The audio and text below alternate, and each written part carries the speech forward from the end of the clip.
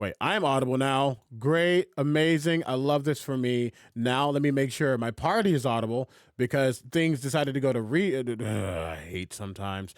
There we go. Hi, friends. Hi, friends. Can you all talk real quick? We can all talk real quick. Hi. No, okay, there Hello. we Friends. go. All at Hello. once. We talk all at once. Yes. That's what you wanted, right? Yeah. Jesus Christ, there's always something. Always. Hi, everybody. Hope you all are having a wonderful day. And if you're not having a good day, I hope you're at least having a day because having a day is better than having no day. I am your humble dungeon maestro, Omega, also known as Crit Bard. And welcome to Hammerfall, the story of Marcus, which is a special Shadows over Baldur's Gate one shot set within our story, the cast of Shadows over Baldur's Gate, and a very special guest who I'll get to in a second. And just super excited to be able to use these one shots and these beats to further tell the story that we are telling every Friday over on this channel right here, twitch.tv/Quick Chronicles, GM'd by Cujo, of course. But today I have taken over the reins as your humble game master to tell you a tale of Cajun seasoning and chaotic intent. Before I get into the meat of what is happening today, I would love to make sure you all know the cast who is here, because you're going to recognize almost all of them because they're the cast. So in order, he gets to go first because he never gets to go first. It's Cujo. Okay. It's rude. Hi, everybody. I'm Cujo. You can find me at Cujo Plays Games and Critic Chronicles. Tonight, I am playing Mazakith, the tiefling monk, Way of the Shadow. The arms went up. Something happened. I don't know what happened. Cool. Hi. My name is Tony Rodriguez. You probably don't know me, but you can find me anywhere on the internet under Encounter Smith. And I'm extremely honored and excited to be here. Tonight, I will be playing Dustin Cole, the tiefling sorcerer. His and mine pronouns are he and him. I know what I did. It's on me. Keep going. I'm just going to do a quick thing on Canva. Don't worry about it. Whoopsie doodle. Yeah. Hi, hello, good time zone folks. You can call me Laura or Tutu or Laura Tutu. You can usually find me playing our dear little celestial warlock, divine soul sorcerer Winnie on Fridays, but today, here and now, I'm playing Jack Grimm, the tiefling gunslinger. Hi, everybody. I'm Lauren Urban, she, her. You can usually find me on this show playing everyone's favorite chaotic dragonborn ranger rogue, Udazash. But tonight, I am playing Yasker Dusk, who is an Azamar bard, hanging out with all these tieflings. Hello, everyone. My name is PJ McGaw. I am very happy and honored to be doing this with you all today, and I'll be playing the titular Hammerfall, that is Marcus Hellhammer. Just a young paladin as Ariel. Happy to be here, y'all. Can't wait to see what we do together. The voice is taking me out, and I'm going to be very, very sad when inevitably I destroy his existence. Oh, this is gonna Baby hurt. Marcus, no. Oh, You know, baby. that's going to be painful. Mhm. I'm just as we're talking here, I'm just going to do this, Bob. And here you can see where the trust issues started. Yeah. We got that. Look at this innocence that was destroyed in this man. Let's go. We got it. There we go. I put names wrong. How dare. Hey, there could be innocence in hell, you know. Yeah. Look at America. Yeah. Topical. Either way, for those who are asking, yes, this game does technically set within the timeline of our show, just in the past. This is a backstory one shot where we get to show a prequel, if you will. We get to show some elements of these characters, and I think this could be like a first of many potential backstory one shots. Who knows what will happen in the future? But I was very, very super excited to get this going. A couple of things before we get this kicked off. Excuse me. We have incentives. Well, firstly, you see the coffee link. click that and send whatever you can if you can. Ultimately, as we said, while this is a really cool way to be able to tell more stories within our canon, this is also a specific thing, fundraiser one shot for our very own PJ, because we want to all have our cast at PAX Unplugged. And listen, times are hard, and crowdfunding and coming together as a community is just, I feel like, one of the pillars of many different spaces at this point. And if we can do our part to assist, then that is what we're going to do. So our cast was very able and willing to give some of our time and roll dice to help our dear Peach. So please, again, every single dollar counts and matters. And if we do reach the goal, which is $500, if we do reach the goal, something will happen. I'm not going to tell you what. Something's going to happen. But if you look below me, you also see some incentives. Some of the things that you can get with your buck. And shout out to dearest Purple and Silver for that first dono we already have. Very much appreciate you. We've already gotten one, so I don't know if you've marked it or who said it was for. We're just going to say it's probably for Marcus. Because I can. Yeah. Hey, Marcus, you already have an advantage. For $5, you can give an advantage to one player. For $10, I have a special Infernal Surge table that I will be having my players roll on, and things will happen as those donations come in. $20, you can give an auto crit to one player. Please, if it says a player, notate in the tip who it's for. Otherwise, I will pick or say it in chat if you didn't say it there. $25, every player gets an advantage. $30, the players might get a magic item. It is going to be random, though they do have some choices in their back pocket. We'll see what they get with that. $40, all players get a crit. For $50, I am giving my players a legendary action. One of them for $50. Or you can convince me if you give more than that. For $75, they all get an additional magic item. And for 100 doll hairs, I have, a very famous deck of cards called the Deck of Many Things that I will be pulling from if we hit that $100 tip. So make them suffer for our good friend Peach. That's what all this is about. But mostly just really excited that you all are here, willing to support and be here. So honestly, if you can't give anything, totally fine. Feel free to look at any of our socials and look at our promotions and post about the show and give them a retweet or a repost or a reskeet or whatever the hell we're saying nowadays. Just engage with the content, and so we can get as many eyes on this as possible. Thank you so much. I'm also looking. Okay. You all have an advantage as well. We are getting this kicked off, which I am very, very excited about. All right. I think we get this roaster cooking. Cast, are you feeling froggy? Are you ready to go? Let's go. Yeah. I'm ready to hop like a frog. Let's party. do it.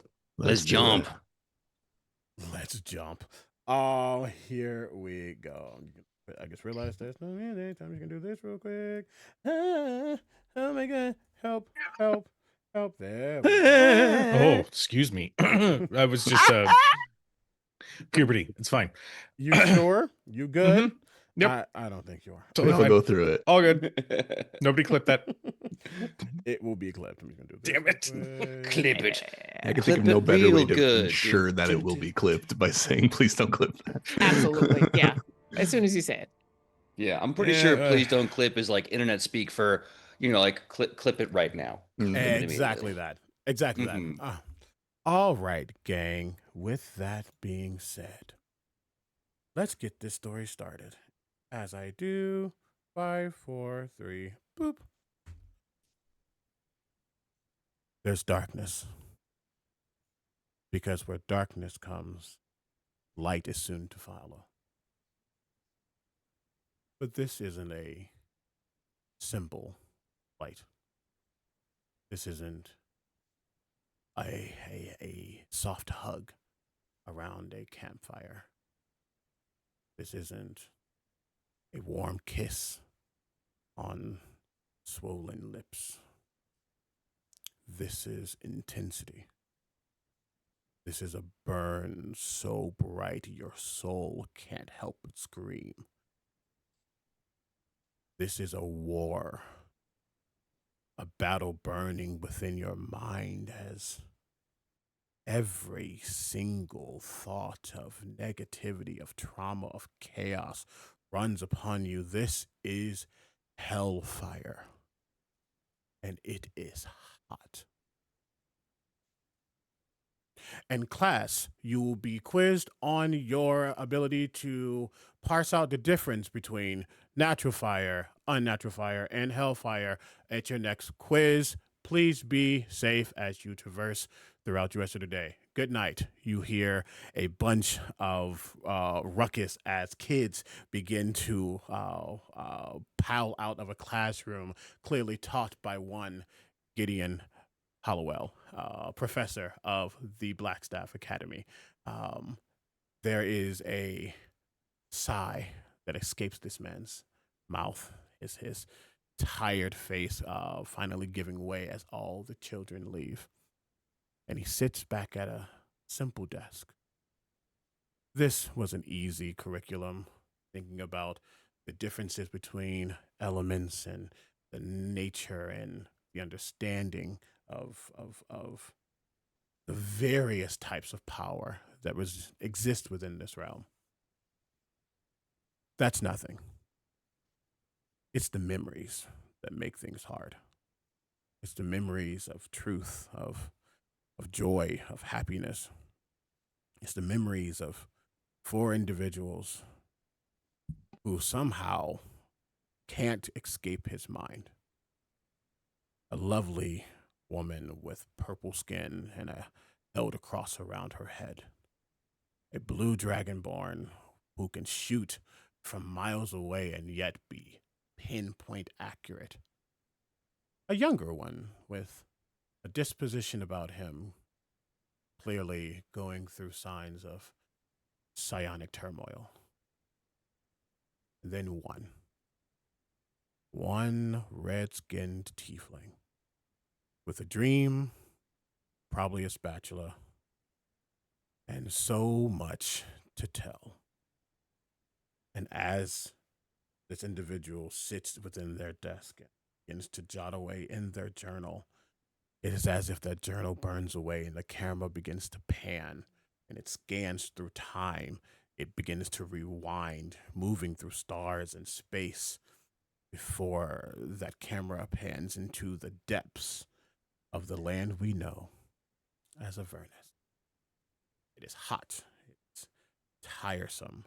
The screams of the damned echo throughout this vast landscape. Lightning and thunder roiling throughout.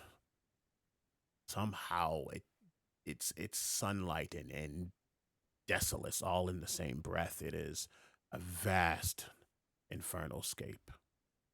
And it's home to one known as Marcus the Younger. Marcus, what do you think you're up to right now? It is, I would tell you it's midday, but really in Avernus time doesn't fucking matter. What are you up to? What do you look like in this time? And what's on your mind? So the Marcus that we have come to know and love at this point, much farther into the story, big hulking man, 6'9", 280 pounds, muscle covered in tattoos, long horns, fangs, jet black hair, and a little bun in the back. But this is before all that. The leather duster and the evil armor. Now he is a young man of like 18 years old. His muscle is very lithe and small. He is barely pushing 5'10", 5'11", which is a good average height. His skin is ruby red and refracting light in only the way that young, supple flesh can. Not a single mark upon him. His eyes still have that kind of black back lighting and a kind of gold front lighting. and around his neck is a long leather cord with this massive, cruel symbol of Zarael that he oftentimes plays with. He is wearing a black leather duster, long, not like the short battle vest, but long, and over it is this resplendent silver and gold armor. And he is wearing a plethora of fancy jewelry that he's probably taken from people in the field of battle. Uh, and he's got a giant, massive paladin shield on his back and a long sword at his hip. And he's put himself together through scraps that he has taken either through service or through requisition. But his posture is up, his arms are always down by his side, and trusting those around him. And he is very full of energy, like a puppy. Like a puppy, ready at the beck and call of a master. And you know when she calls. But before she does, hey Laura, can you roll me a d6? Oh shit. Panic. 6. Great. What's your 6th magic item? Please add that to your sheet. Thank you so much, Hannah, for gifting Laura a magic item and an auto crit to Cujo. Hey. I don't know what this was, unfortunately. Oh my god. Hypnotic, what was that? I don't know what it was. I'm so sorry. I can't tell. And I will check that in just a second. Also, Laura advantage, Lauren auto crit. We'll get to the other one in a second. Good grief. We love this. We love this so much. We're already a quarter of the way there. Don't worry. Yeah. Literally already a quarter of the way there, gang. Thank you so much for your support. Back to Thank the you story. all so much. As you are there, putting yourself together, perhaps I dare not call it innocence, because those who are in service of Zarael are, well, some may be doing this against their own will, but most, there is a small part about them that I dare not say enjoy, but you haven't really said no yet, have you? Hell. Oh, question. Were you known as Hellhammer back then? You know, that's a good question. I'm going to say yes. It is like a forge in your mind. Ka-ding, ka-ding. Hellhammer. To me, at once. Her voice echoes, almost an itch at the back of your brain. You can't not hear it, even if you put mountains of cotton within your ears. She, the mistress of Avernus, the arch devil herself, Zarael, is calling. And you don't keep her waiting, now do you? There's a duality in my brain already the moment I hear that call. One of it is the pure joy of getting to serve. I'm probably in the tavern right now talking to my crew or my friends, or even just hanging out and just talking to the other barflies. But then that ping goes off, and my first response is, I get to serve, but there's already this looming secondary thought of, I have to, or else I don't want to make her angry. So with that, I stand up, adjust my accoutrement, and I make a little slam of the table, and I say, Bonjour, bon amis, friends and all. Unfortunately, I have to go. I know it's truly it's a sad day for y'all, but I gotta go do what I gotta do with me. So until then, y'all keep this place warm, because I'm coming back. And I turn around and swagger out. Before you walk away, the bartender, a deep, almost, I dare not call it teal, maybe a turquoise-skinned individual, definitely has that fiendish appearance about them. There's a toothpick hanging out of their mouth, as they finish up cleaning some of the things. Surprisingly, yes, those in the Avernus do like some type of orderly energy within their space. You really think you're coming back? They always say that. Kind of step at the door, do a little like cross step and a spin around. And I looked him in the eye and I say, "Ain't nothing in hell above that can stop me. I got this all locked up, me. So I'll see you when I'm back." Don't forget your fucking tab next time. Well, gee, that's why you need me to come back. Ain't no one else but me that can pay that tab, right? There is a flick of the wrist, and you just see the number in Inferno that you have racked up. I'm not going to even mention it because it's big. He definitely sees that and he's like, "Oh, believe me, I am hunt. I should have known better. I'm so sorry. I'm gonna go and I'll see you later."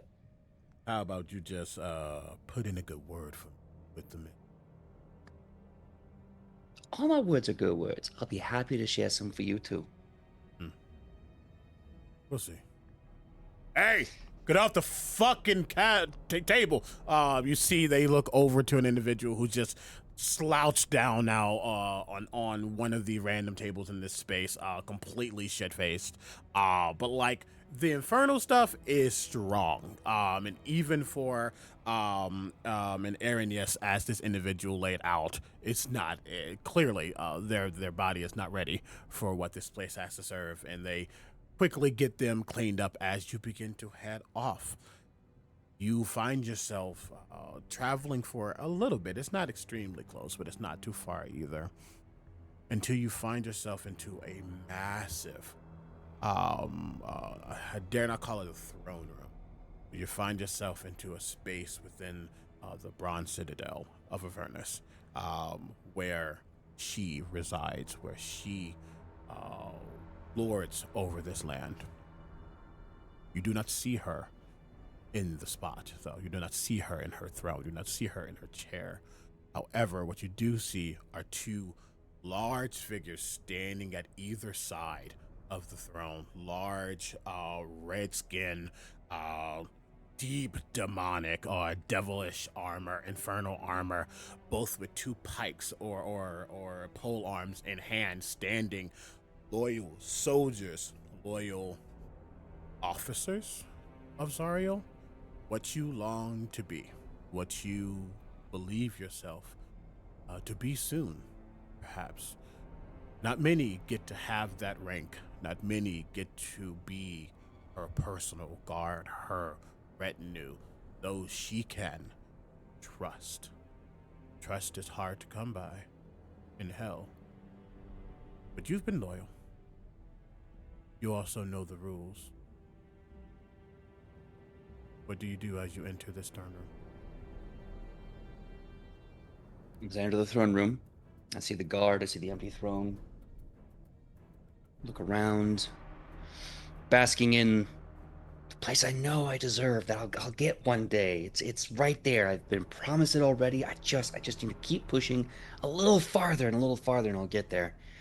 And I look at the other two, and I take a step back and a big graceful bow, and I say, "Bonjour, mon ami. It's a pleasure to see my fellow brethren here today. I am looking very forward to serving our mistress together by your side." Shut the fuck up and wait. You hear one of them, their voice echoes out. You do not see their mouth move because it is currently covered by a massive helm. Unmoving, unnerved, like a loyal soldier. Straighten myself up, put myself out of tension, and I just go, "Okay, that's on me. I'm sorry." And I just stay really quiet and still. As you do, there are suddenly four burst gouts, geysers of hellfire, two to your right, two to your left. They form, and I don't know, a perfect 5x5 square, perfect for a person to stand in, maybe. And as the fire begins to dwindle, before. Aw, Tony, please introduce us to Dustin. What does Dustin look like? What's their vibe? And as a note for all of you, all heard the exact same summons that Marcus did. Summoning with infernal fire, I assume. Dustin is another red infernal tiefling, probably not as dark red as Marcus, a little bit on the pinker side. He's got dark black hair almost down to his shoulders. He's managed a mustache and goatee somehow, probably through some infernal deals. And he's in like kind of a nice he's got a button-up shirt. The sleeves are rolled up. He's got a purple vest on, dress pants, and he stands pretty like he's of money, even though he might not be. He constantly is flipping a what might be a soul coin between his fingers. And he summons there. He sees Marcus next to him. He's excited. He shares some of the same viewpoints of Marcus, as like he gets to be part of the plan. And as these soul coins kind of slowly float out of his pocket, they start to rotate near each other, kind of like gears kind of floating around him. And he goes, "Well, Marcus, it seems like we are called upon again to follow the great plan. Zariel will establish order, and I'm excited to do it." Destiny Bon Ami follows us every step we go. It's good to see you. You too, my friend. He puts a hand on his shoulder and kind of waiting to see who else shows up. And with that wait, I've also confirmed, PJ, you also have an autocrit. Awesome. Oh, crap, I gotta write that down. Thank you so much, Hypnotic. I appreciate you again. Already a fourth of the way to the goal, which is wild. That's so good. Oops.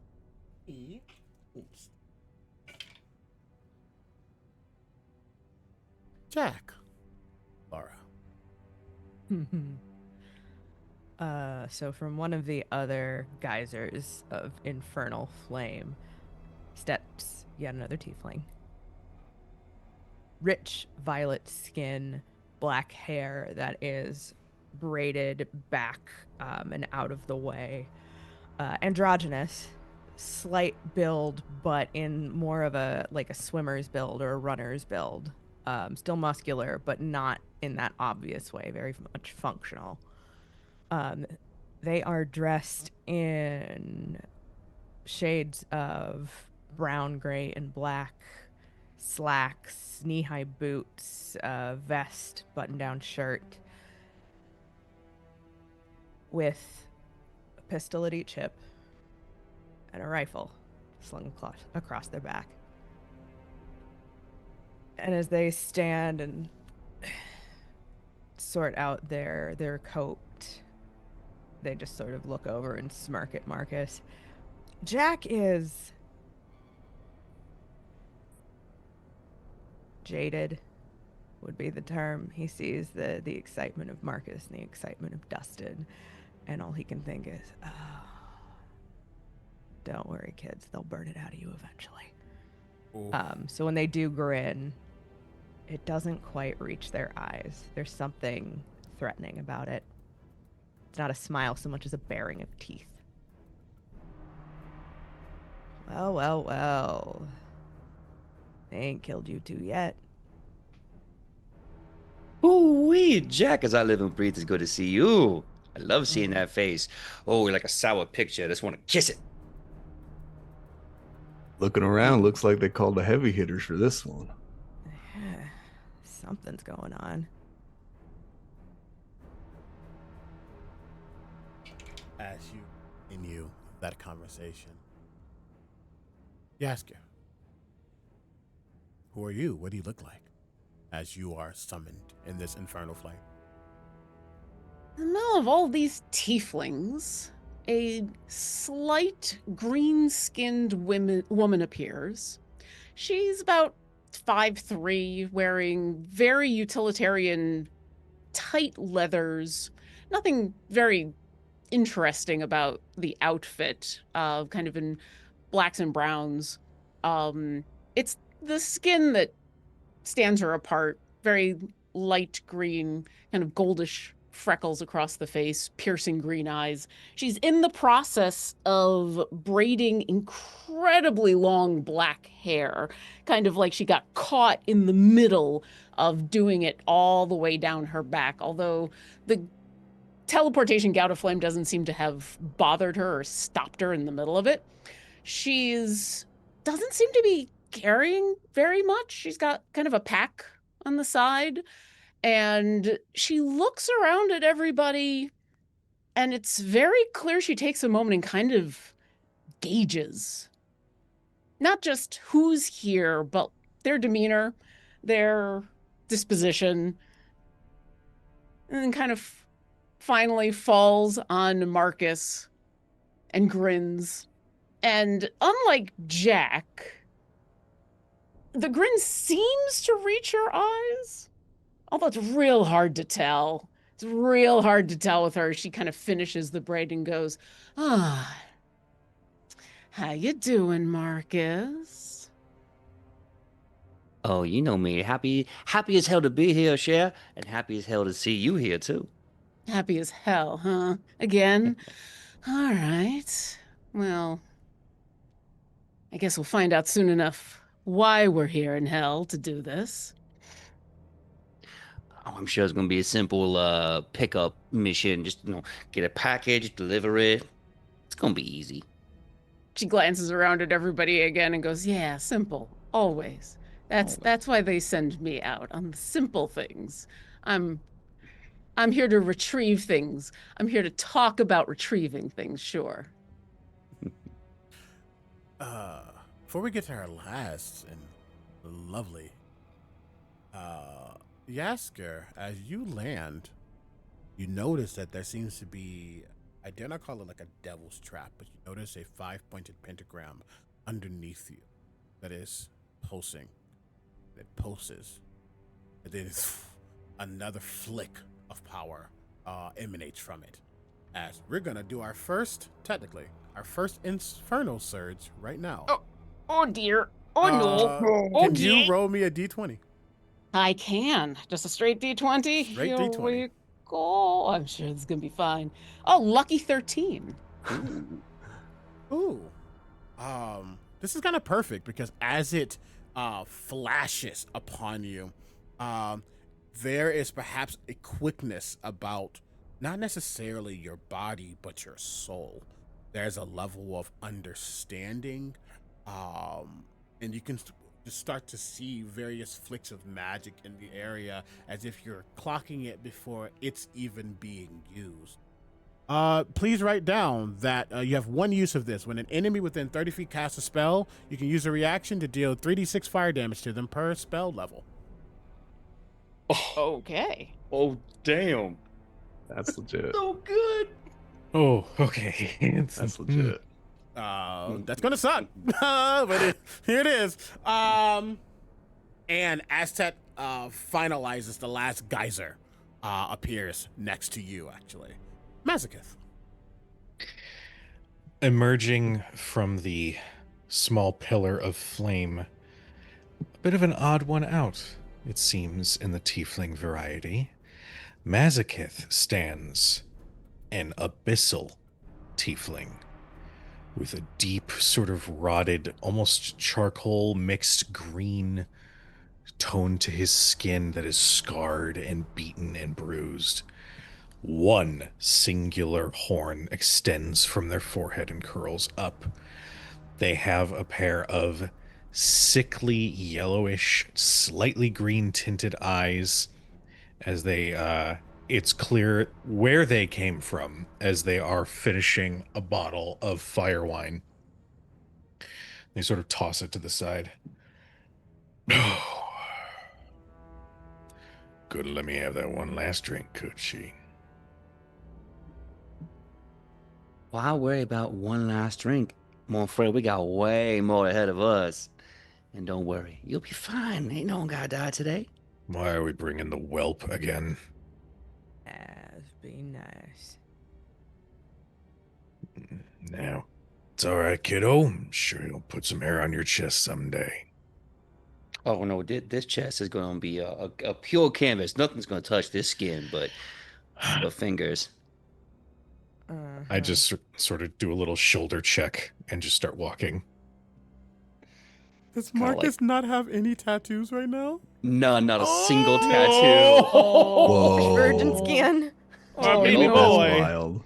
Oh, baby. Masochist, as Oh, you the begin most to baby. walk forward, is as if two infernal chains have wrapped around your legs, not letting you move until they want you to move. They can, though, if you roll me 2d20, because you have 2 infernal soldiers. Oh. Oh, shit. Let's go. Jesus Christ. Thank you, All chat, right. for the Thank you, tips. chat. We are 32%. We ain't even got the Go combat yet. Aaron. Nice. We're at Hell yeah. 32%. Oh, Thank you just so got through much. introductions. It's amazing. Yeah. All right. We love the First support. one is a 2. Okay. And the second one is a 12. Okay. I heard that snark. You find yourself as someone who doesn't necessarily need a weapon to be powerful. Some may say you are the weapon. You feel your hands get a little bit clammy, maybe a little. You start to sweat a little bit. You feel hot. You can feel that intensity upon your hands, perhaps your legs as well, or your feet specifically. The next attack and damage roll you make will gain a bonus equal to your proficiency bonus. So I don't know what that is for you, but 3 or 4. But yeah, it's for your attack roll and the damage roll, and then that is gone. Okay. More importantly, as those chains snap, at a giggle you hear, as in the back, just in the corner, the other 4 can see a small little imp like wiggle their little fingers, and a little like infernal sparkles form. Masochist, you begin to levitate. For the next minute, you're on the effects of the levitate spell. So mid stomp forward, just continuing the motion, but not going anywhere. As Almost Jack How's just this? cackles. Oh, you motherfucker. I will kick your teeth in. You hear me? You could Looks certainly like the try. Abyssal Kid doesn't know the rules.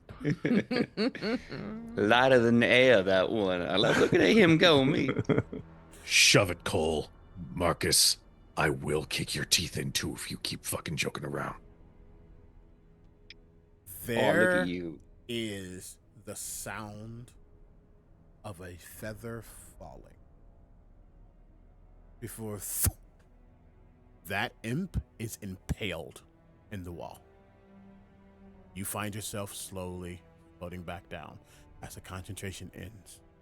There's a larger gout of flame upon that throne. It is swirling like a vortex, never ceasing, never ending. The 2 soldiers at her side, at the side of this throne, not moving, understanding their position. It licks at their armor, burning them, going through any type of resistances or fortification that it may have.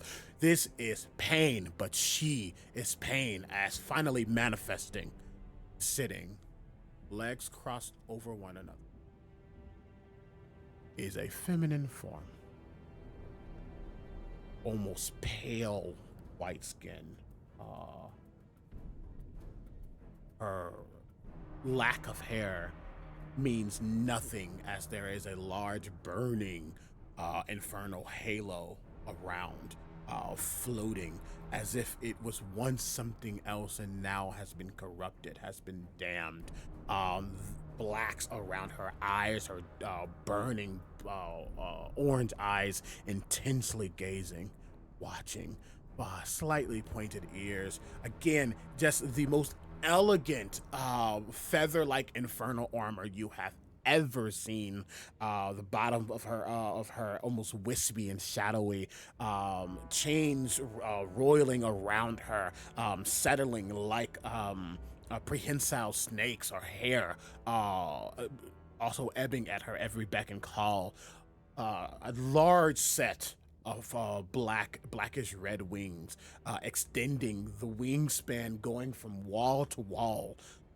before it settles behind as Zariel has entered.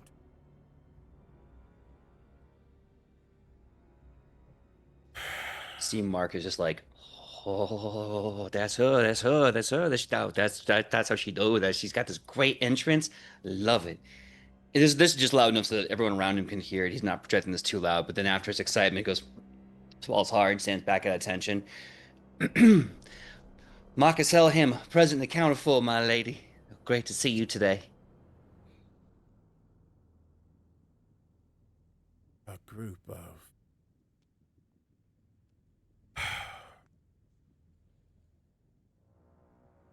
I will build you into something. You have heeded my summon. Not that you had a choice.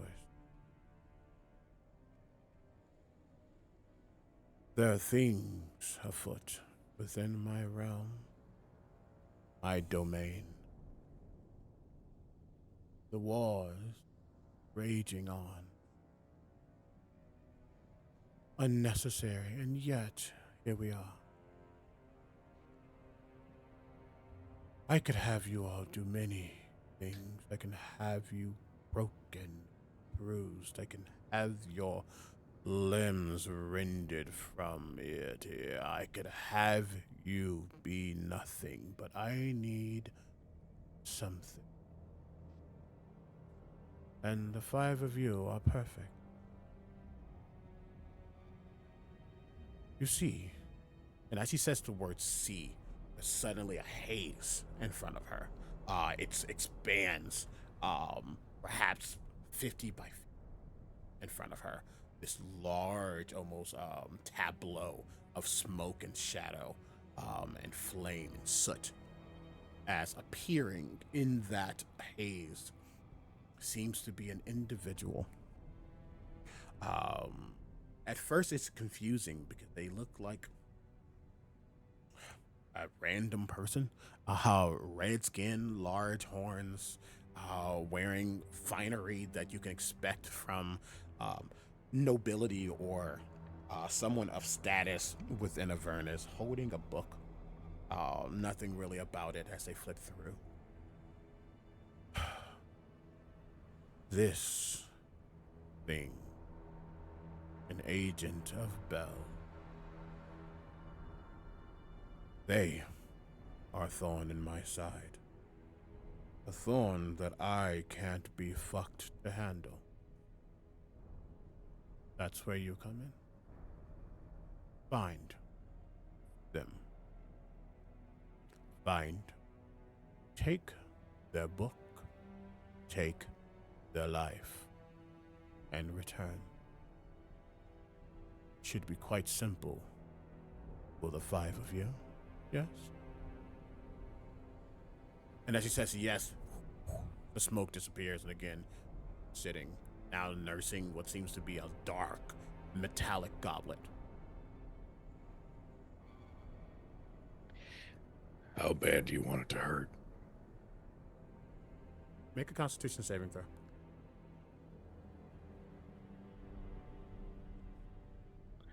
Uh, 13.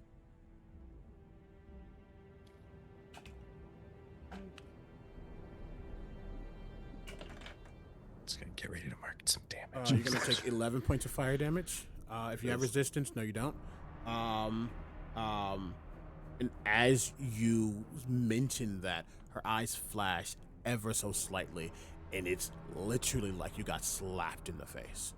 You can feel the nails touch your cheek, and at once, immediately heal that 11 points of damage. You shouldn't have to ask silly questions like that, Masochist. They'll give a bow. In that moment, when we're looking at this figure holding their book, and we were told, take their book, take their life. So we know they're an agent of Bel, and we know the book is important. Do I recognize what the book is, and do I recognize who they are? Give me a history check if you would like. Ujo, because Chad clearly didn't like that I slapped you, you have 2 advantages. Thank you, Midnight. Shit. Uh, Thank you. And it's super important that I don't have to ask any questions and get slapped, and also that I impress Zariel. So I'm just gonna use my auto crit right away. So that is a yeah. history check. That is a 25. So, what's important? 2 things. When you looked at the picture, you saw an individual, again, looks like a noble, looks very strong, at least in nature and in mind. Not necessarily strong of body, they kind of look frail. But there's an intensity about them, one that does not cease, just because they don't have the strength that Avernus needs. And you have an eye, you have a way of seeing, you have a way of understanding. Being a bard, being someone who understands tales and understands just how things can be shifted in someone's favor. Sometimes they say history is is written by those who won, right? You understand that sometimes you have to look past, and you do. And in that haze, you don't see, but you got an auto crit. You don't see an individual with red skin, large horns. Is that fur? You can't tell. And then you look closely. Is that a snout? What is that? With the natural 20, you're looking at an Arcanoloth. A fiend from the lower planes. And in their hands is a soul tome. A tome with vast information. And perhaps, if they are an agent of Bel, information about Bel, about the other side of the war.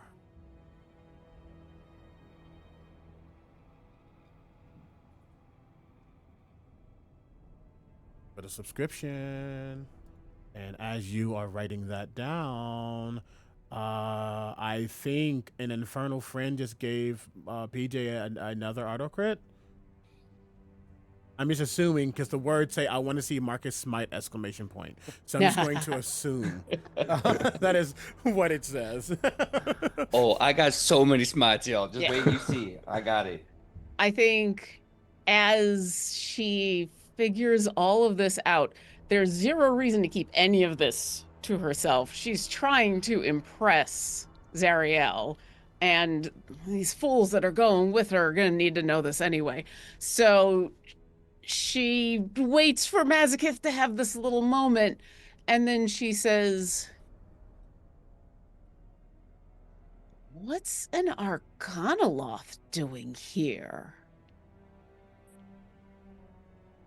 I'm going to honor the natural 20 through this for a split second. A split second. You see a grin from Zariel Jasker. Understanding that she has seen the fact that you have seen.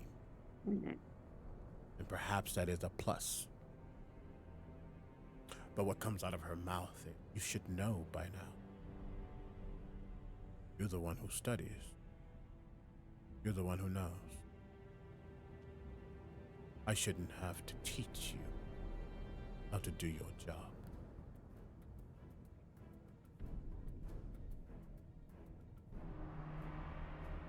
But above board, Arcanoloth. Yeah, specifically with a soul tome with information about Bel. Yeah. Like they've just walked into enemy territory with information about the enemy that feels like bad news bears. Yep. An Arcanoloth is a Yugoloth, which is a fiend, again from the lower planes, specifically from Gehenna, not Avernus. But they were said to manage transactions within the Blood War. And it would seem that Bel, who again, the enemy of Avernus, of Zariel specifically, and other individuals, seems to have perhaps hired this individual or gotten them in their retinue. they seem to have been connected to in some way, shape, or form, and most likely is acting as a lieutenant or a captain or something for the other side. And if they've come specifically with a soul tome, Mhm. they're probably looking for like a spy or someone. It would seem that if this Arcanoloth has a soul tome, a couple of things can be inferred. Natural 20 still following. One, information about the other side. Two, gathering souls from this side. Need souls for the tome to work. Sounds like thievery from the queen. Yeah. I think hedging her bets, because there could be a couple of different reasons, I think she'll say out loud, well, stealing from you is never a good idea. Meeting with spies is always a bad idea. I can see why you want this one dead and this book in your possession. Good. Or I would have thought I made a wrong decision in picking 5 of you. And I don't make wrong decisions, now do I?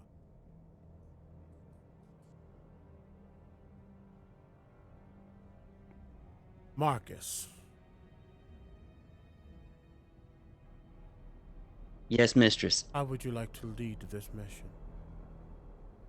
Oh, I would be happy to honored me. I don't care if you're happy or you're honored. I care that you do your fucking job. Okay. I will do my job. Dustin, Yaskir, Jack, and the one I don't care to remember his name. You will be under Marcus' retinue. Listen to him. He is your point. Boss mistress. Hey, mistress. Any questions? I don't care.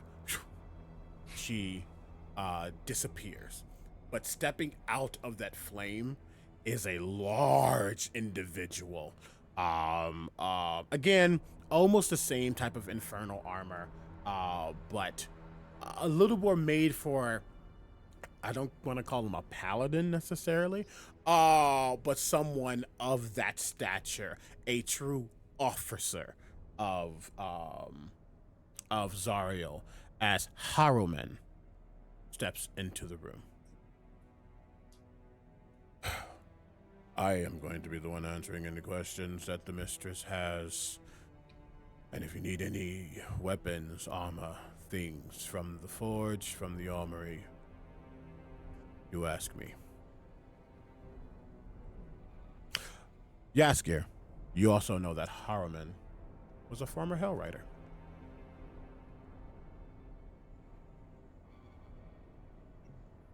I'm going to kind of take a quick look at all my companions since I've just kind of dropped a whole bunch of information, and I'll let them answer, but do I get the sense that any of them know or have reacted to any of the Arcanoloth, Soul Tome, any of that? Like, have any of them had a reaction to that? Have any of them been like, oh shit, or any of that?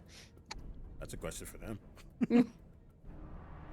I think Jack knows better than to offer up big reactions.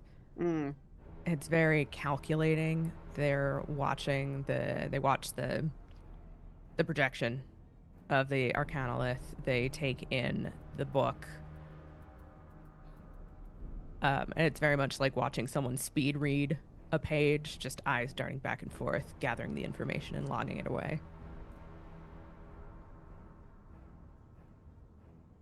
How about Dustin? Collect a book. Collect a book. Collect a life. Seems pretty simple to me.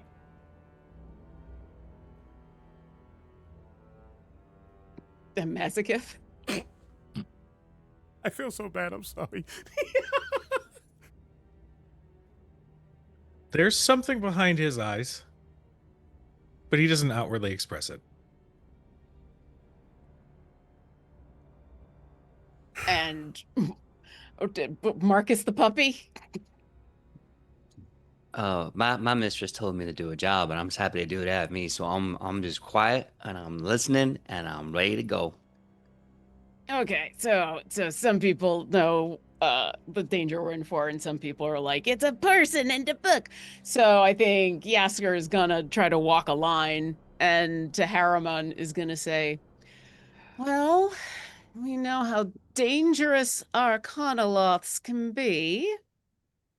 I'm assuming we've got at least a line on where this one last was. You. And he slams. He has a large sword in his sheath.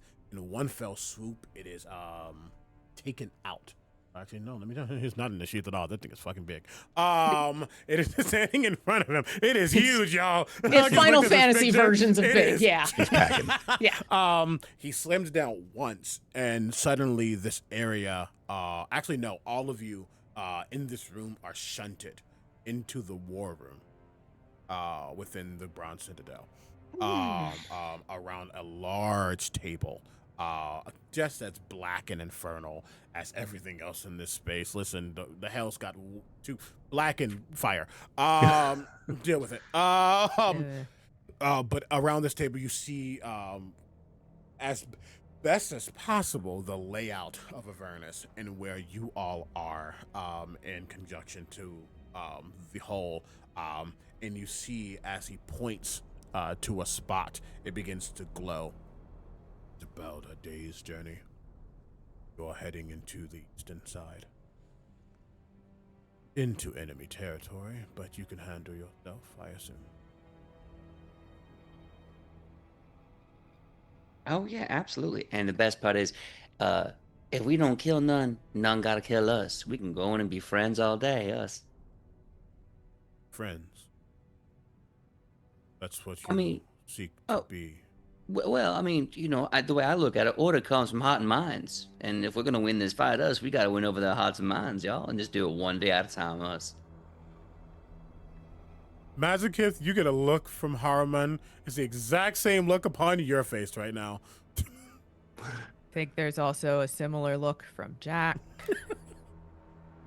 Yasker is too good at schooling her looks, and she's just looking at the map and checking things out.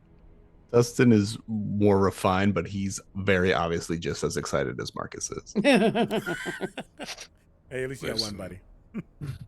I'm gonna look to Haruman and just say, she picked him to lead. You did. Which means it is your duties, looking at the four of you. It is your duties to make sure that he doesn't falter.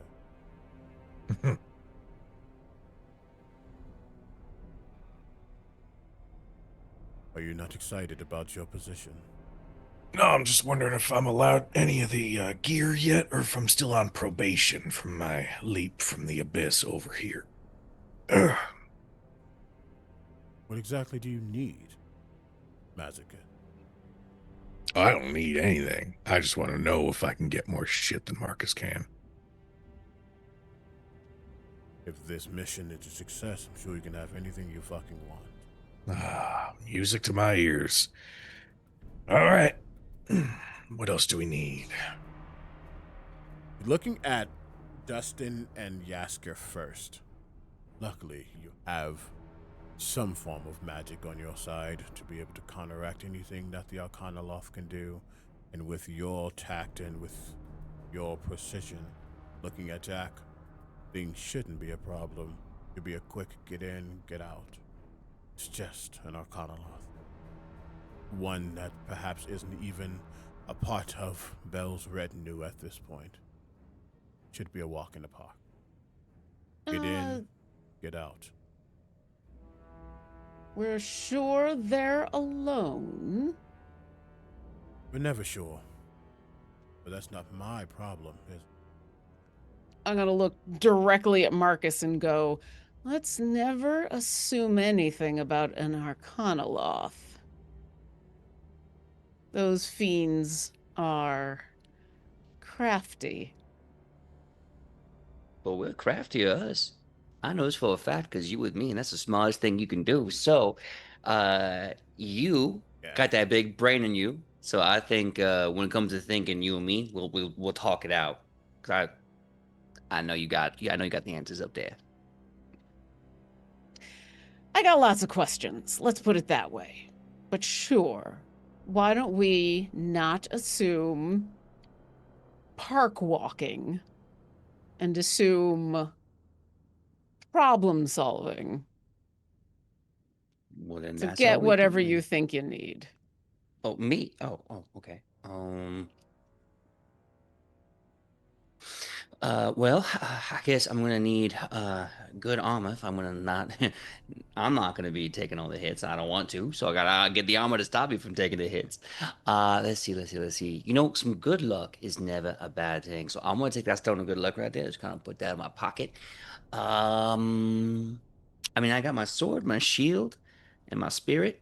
I think that's all I need right now. Jack, give me a Yeah. perception check, please.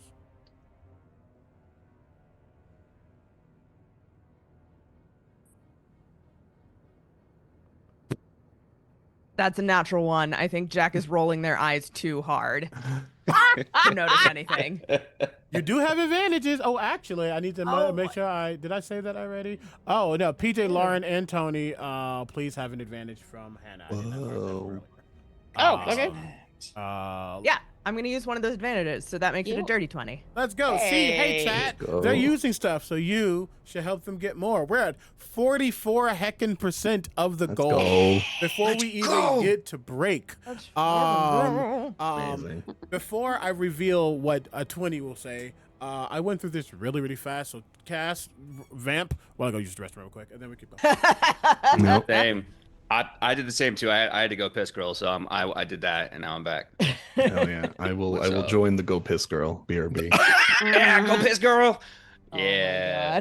my god. Marcus, when's the last time you've seen combat? Ooh, well, I think I saw some combat last week. And about every time I see your delightful mug. Let me put it in words that your tiny little brain will understand. When's the last time you fought someone or fought something? I think the last time I fought somebody was I was at the bar with Jack, and we were having a good time putting a few on a little fight, though, having a great time. And then someone who just didn't like him at all came up and started pushing Jack around. Now he didn't need me to get in the way, but I can't have you pushing my friends. So we went outside and we took care of business. Maz, the boy's still standing. I think you can cool your heels. Oh, I know he is. My eyes still do work, but I just have a question. Is the other guy still standing? Well, yeah, of course. I was putting him in his place. I wasn't putting him in the dirt. Listen, kid. And I'm gonna get real up in his face. That shit? That's what's gonna get you killed. This isn't playland down here. You see an opportunity, you take it. Somebody steps up to you, you remind them how deadly you are. And maybe that message will be sent to everybody around here to not mess with someone like you. But I don't think you got the guts. I don't think you got the stomach. I sure as hell don't think you got the stones to look someone in the eye when you kill them. There's a click of a hammer being pulled back on a pistol, and Mazakith, you feel the cold barrel of a gun against your temple. All right, listen, everyone. I think the one thing we need to understand is Marcus, despite his young age, he understands Zariel's plan for order. Her plan to establish order to all the planes. Now, there's a reason he's leading our charge, and I think we just need to trust Zariel that he's the one for it. Oh, of course, Dustin. I just want to make sure that Maz knows who's in fucking charge here. Absolutely, Jack. Never get in the way of you telling anybody that. I'm gonna slowly reach up to the barrel of the gun and turn so it's right below where the horn sprouts. Oh, I know damn well who's in charge here, Jack.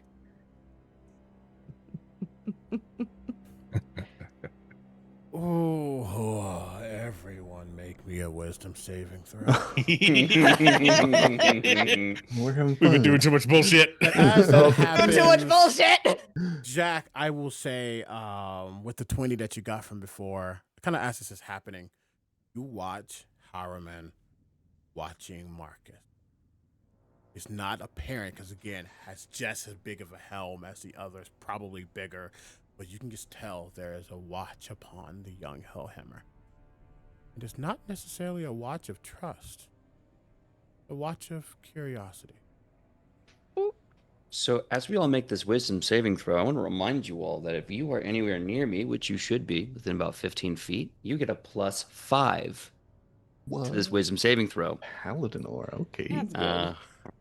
And as all this violence happens and the wisdom save goes off, I'm gonna first of all, what is the wisdom save? I don't want to step on that.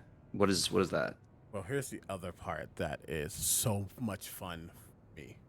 Okay, as your humble dungeon master, tell me, what does this aura typically look like? What does it feel like? What do they see?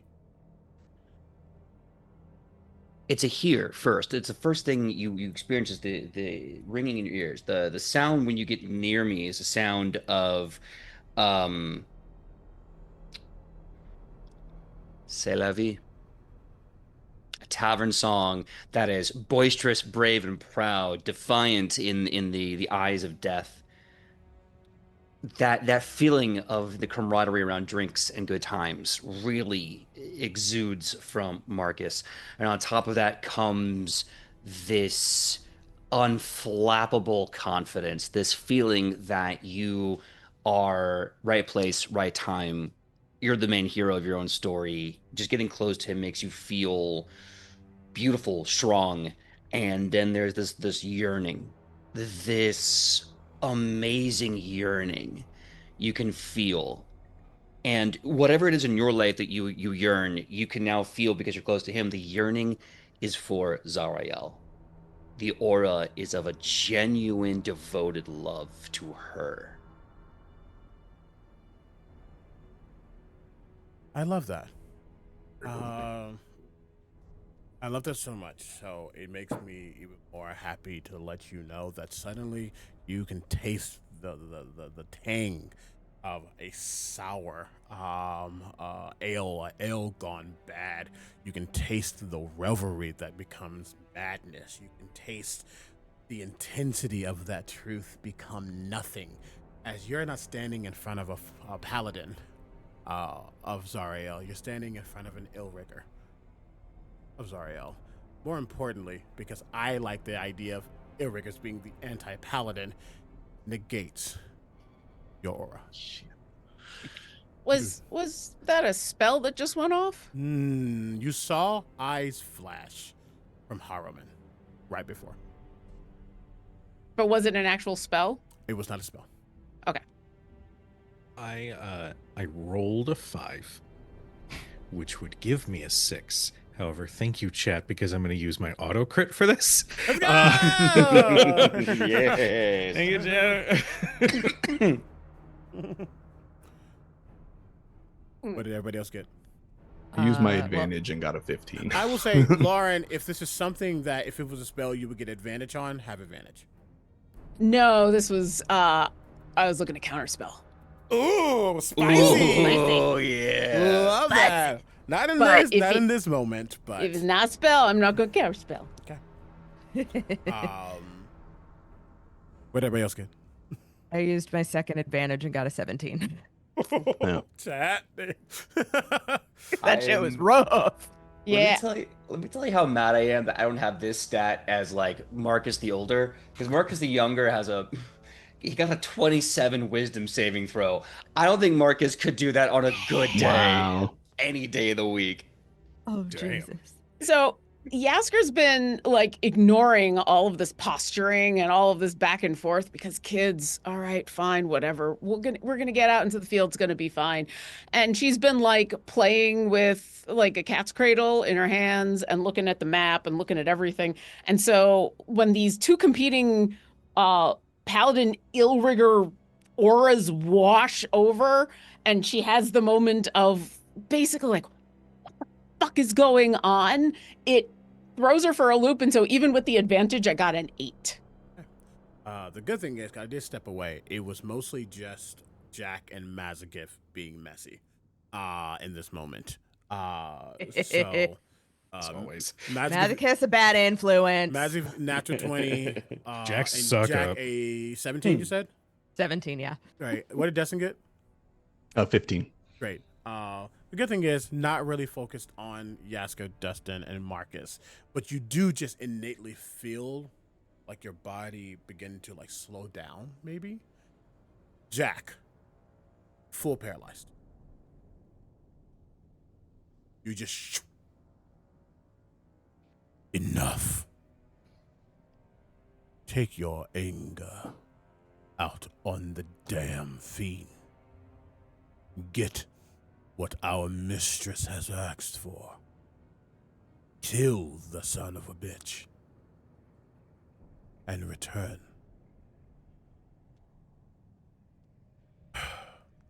You feel the paralyzation slowly wash away. I will get you to the edge of our domain. Up into enemy territory. From there, you're on your own, but from what I'm fucking seeing, you all will die the minute you fucking get out there if you don't get your shit together! Do I make myself clear? Crystal. Yes, sir. Sir, yes, sir. Dismissed. And as he says dismiss, shoo, you all are standing outside of the throne room and the door slams. Anything you all want to do before you all shunt to where you all need to get to start traversing? Stiff drink. I mean, I could go for one of I those hold out a myself. flask. Yeah. All right. Mazakith, we're going to get along just fine, I swear. I think Shut so, the fuck too. up, kid. Hey, I'll tell you what, as we getting out of here, how about we take a shot and we tell us like a truth about ourselves, something to all bond with, get along like. I'll go first. I will go first. And he like reaches out to Mazakith like, may I have it? It is clear that this is like Mazakith has been through some shit in life, but this is the single most painful moment. We start singing Kumbaya, I'm killing you first, and I'll hand over the flask. Bone and me, I got some way better songs than Kumbaya for us. Takes a huge swig of it. Bone and me, you like it strong. Woo! Like that. I'm just gonna put some chest in my chest.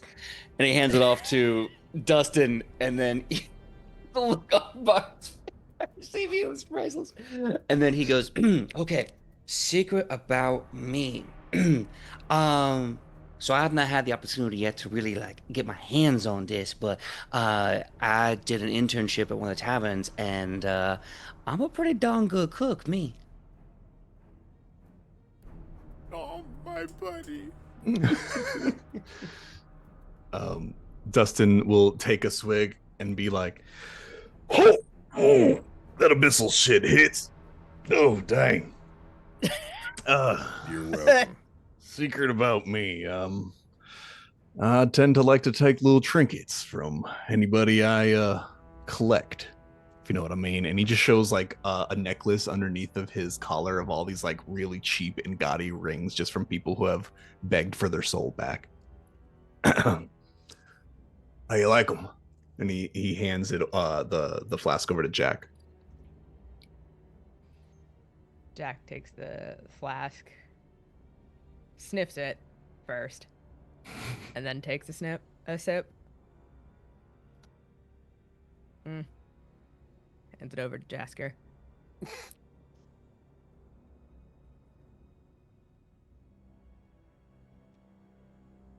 What do you want? I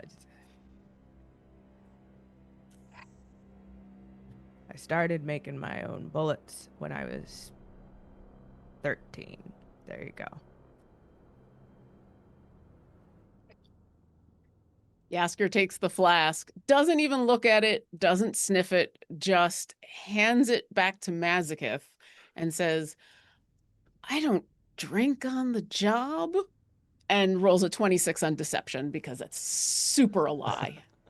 Yes! What is everybody's passive insight? Not beating a 26. Yeah. That's Yeah. for Not damn beating a sure. 26. Laura, what's your No, passive definitely not. insight, Laura? My passive insight is bunk, Cujo, because Winnie's not here. Because, yeah, she totally drinks on the job, but not with these fools. Whoa, damn. Oh man, I mean, can I contest that? Can I look her there and be like, "You fibbed," and I mean, if you want to go for it, yeah, if you want to roll an insight. Sure. Yeah. Go for it. No, yeah, listen. It tracks. It tracks. The biggest truth you have ever seen. Listen, they completely, almost like repelled by. Yeah, I see you. I see you. That's fair. If folks don't know, on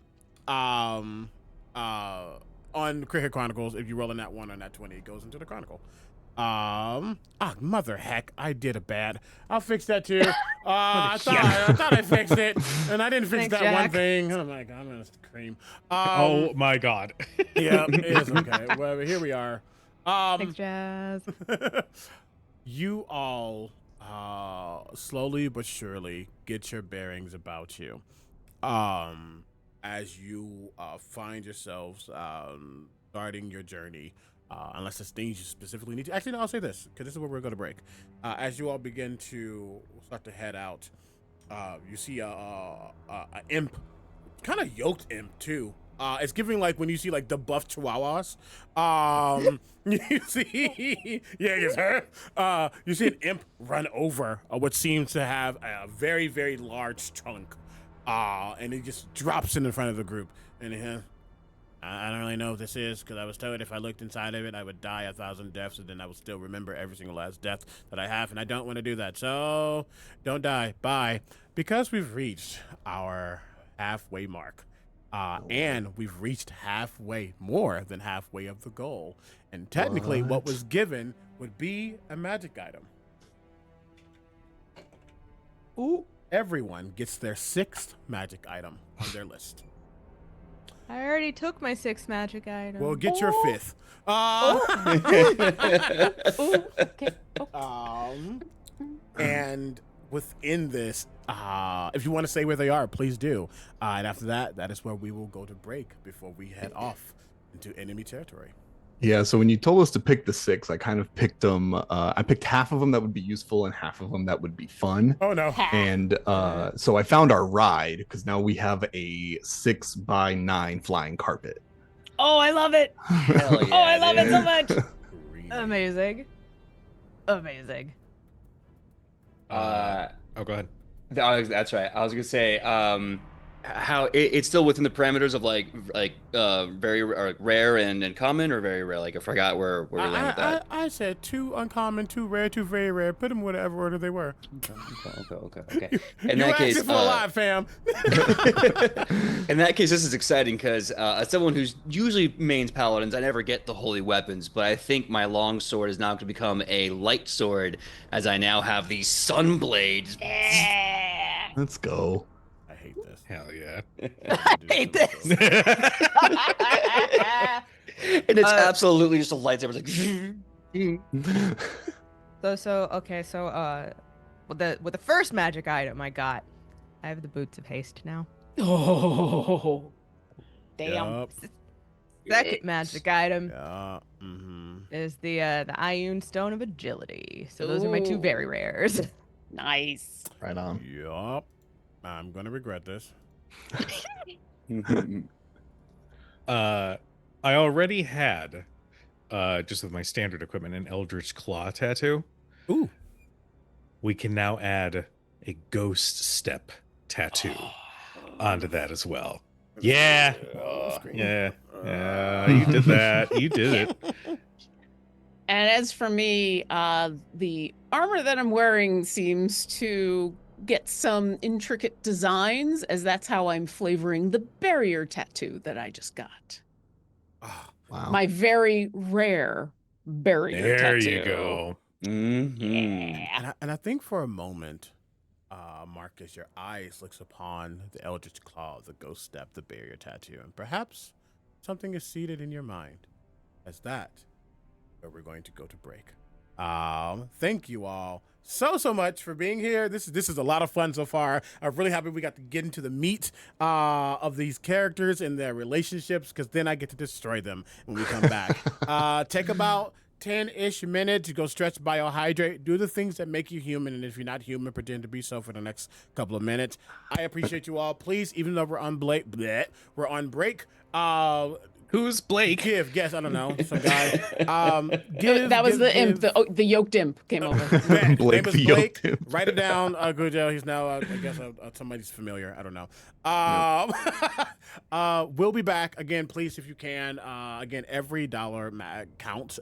It's all appreciated. If you can't give anything, totally fine, and we appreciate you regardless. But every dollar helps us get Peach to PAX Unplugged, and the fact that we're already halfway there tells me that I think we can get there by the end. And again, if we reach the goal, which is only 46% away, we'll find out next time, won't we? You're gonna want you. It's gonna be Wait. real We're cool. We're going to break. Bye. Wait.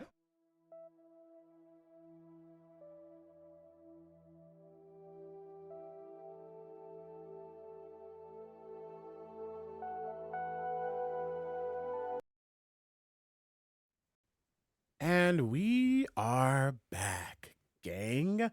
What to do? Hello, welcome back, friends, to Hammerfall, the story of Marcus Hellhammer. Again, this is a special. 1 second. There's a dog. Okay. Sorry about that. Screaming, you're good.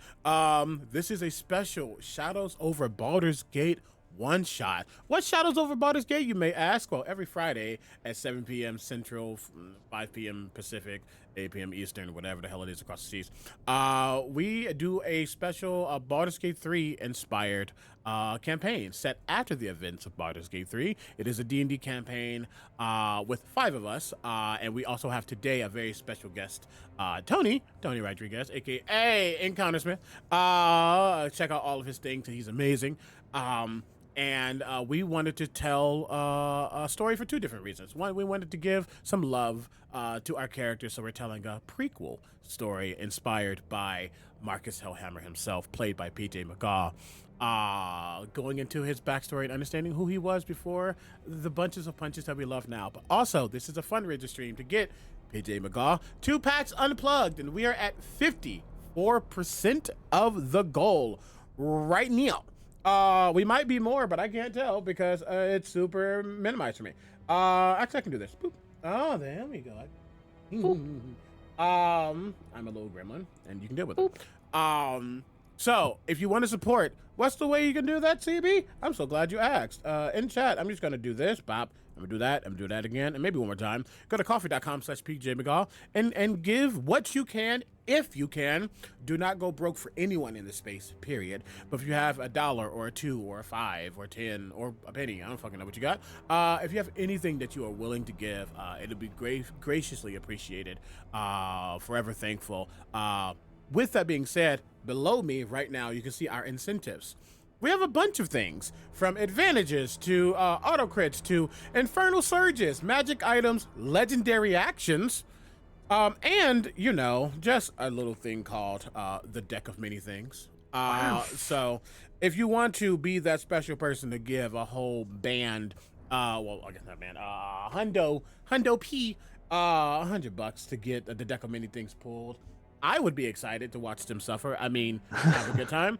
And I know you will too. So again, anything and everything is appreciated, never expected. But we should get back as our players, as our band of brethren, siblings, no, as our group, co-workers, if you will, find themselves at the edge of, not the edge of Avernus, but the edge of the space that Zario, without a doubt, holds in this space. The group has been tasked to find an individual who seems to be an agent or a captain, an officer of Bel, the enemy to Zario, the enemy to her kingdom, to her queendom, to her space. And this officer potentially has a tome that has information, also souls that do not belong to it belong to Zario, and you do not take from the Queen of Hell. Do not. And so, our lovely Dustin, Yasker, Mazakith, Jack, and Marcus the Younger, you are at the edge of this space. You know that this is enemy territory. How are you getting to your destination? Well, I'm pretty sure we can all fit on this flying carpet I just dug out of that trunk. So, if we're trying to get there quickly, I don't know if you want to get there quietly. I'll leave that up to you, Marcus. Well, I'm very happy you asked me. I think it's best to ride that. We all in one place. We get really nice and cozy like, and we get there much faster. All right. What do you say, Captain? As we get on this carpet, I'm going to kind of sit on the side, my feet dangling over the edge, very intentionally next to Marcus. And as we all kind of position ourselves quietly, I'm going to go, so you got a plan about finding this Arcarnaloth? I figure I've been blessed with an abundance of friends today. So I figure if one of y'all got a good idea, we bring it up.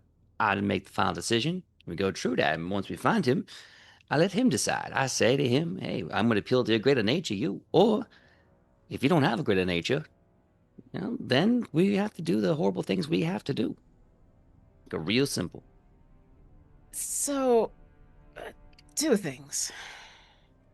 3 things. First, you're adorable. First, yeah, that. Second, I'm going to remind you, we were instructed to just kill this person. So, as much as you've got me along, I don't know if we're really talking to them. So, you might want to keep that in mind. And I'm going to gently pat Marcus on the shoulder, and with that, I'm going to give you a bardic inspiration. So you got a D8 to add to something in the next hour. Make that my rainbow die. Yeah, and it's weird when she does it. It's like a sarcastic little pat, like, hey, you should remember that. And it just kind of, like, it's a little shiver that goes down your spine, but now you know you got that in your back pocket. And then she'll say, but if we want to get this over real quick, I got a very good look at that book. I could try to find it for you and give you a direction. Like I said, I have been blessed today with friends. Me. Yaskia, how about you go do that? And then when we get information, we'll relate it back to Dustin Cole. And we'll right this ship right there. I don't need to go anywhere. And she's going to reach back into her braided hair and pluck out one of her really long black hairs and just start to weave it in between her hands like she's playing with a cat's cradle. And very quickly, it turns into this intricate series of glyphs in her fingers. And she's going to cast Locate Object. And specifically, she's going to look for that soul tome she got a very good look at in the little vision. For the sake of brevity, with locate object, it is very hard to away from unless there is intentions to conceal, and perhaps this Arcanoloth, whoever they are, is a little messy, or maybe thinks there isn't a threat, not in their own territory, right? You get a ping quite easily. And with your various means, you find yourself hovering through and not alerting much. You actually, just in case, as we get to our position, also players, you can jump into the map.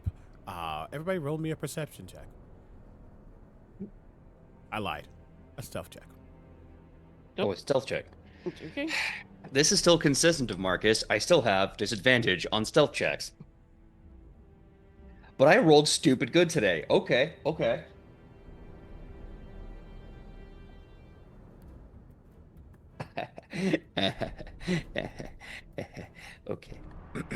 And I should probably start the session. There we go. I've never used D&D maps before, but I wanted to do something fun. I'm gonna go ahead and bring us over to the battle map overlay as well. Oh, that's cool. Love, that looks so dope, y'all. Oh, that looks awesome. This looks correct. Great. It works. It works. And you can find yourselves placed at the bottom. As a matter of fact, I'll actually do a loop, and bloop. You all don't have pictures, so it's just gonna be blank things, and that's okay.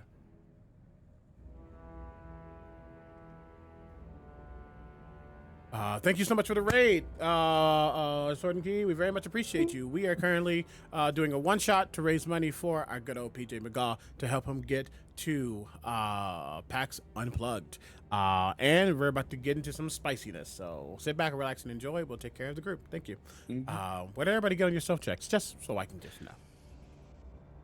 Well, I asked Marcus if we want to take this carpet or we want to be stealthy about it. So he said carpet, so I'm not trying to be stealthy. I rolled a natural 1, so I think Dustin's having a real good time piloting this magic carpet, just hooting and hollering through the skies of hell.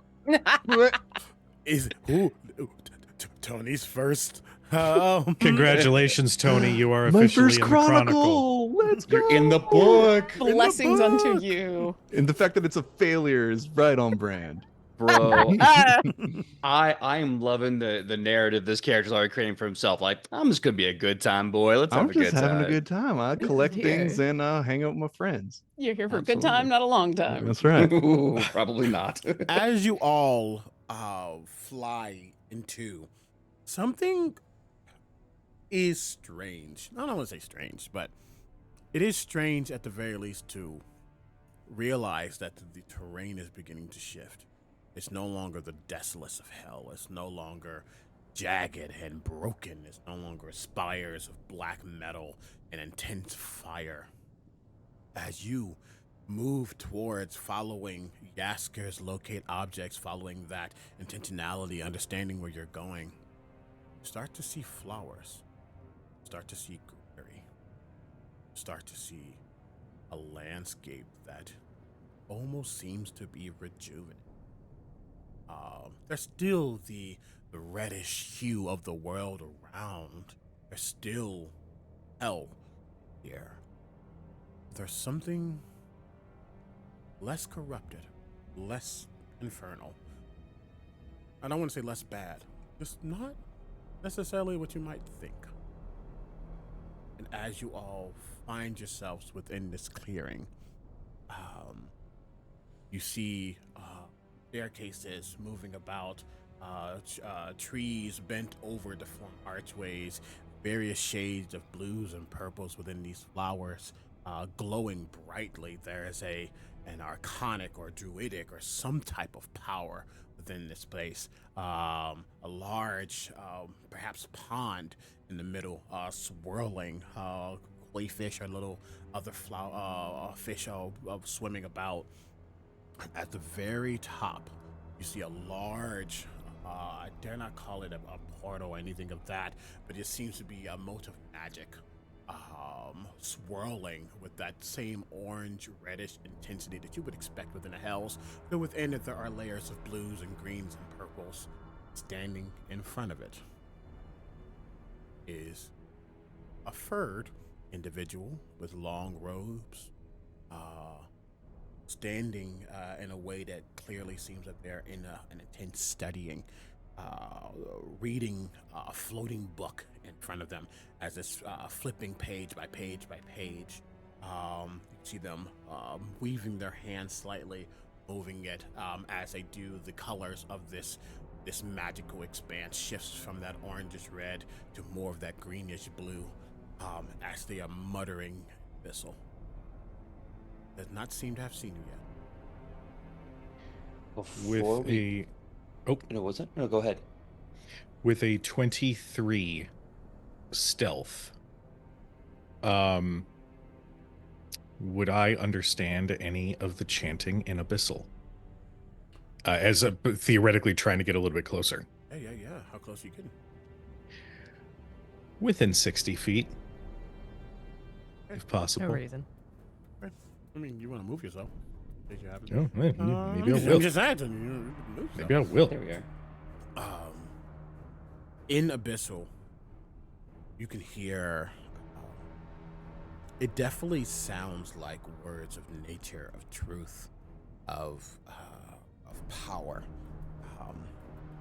But as you listen, more importantly, what you don't hear are words of souls, words of destruction, words of war, words of calamity, restoration. You're getting second chances. You're getting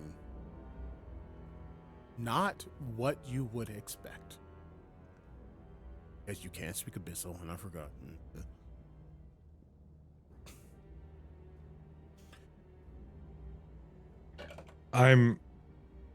There's a stink face on Mazakith.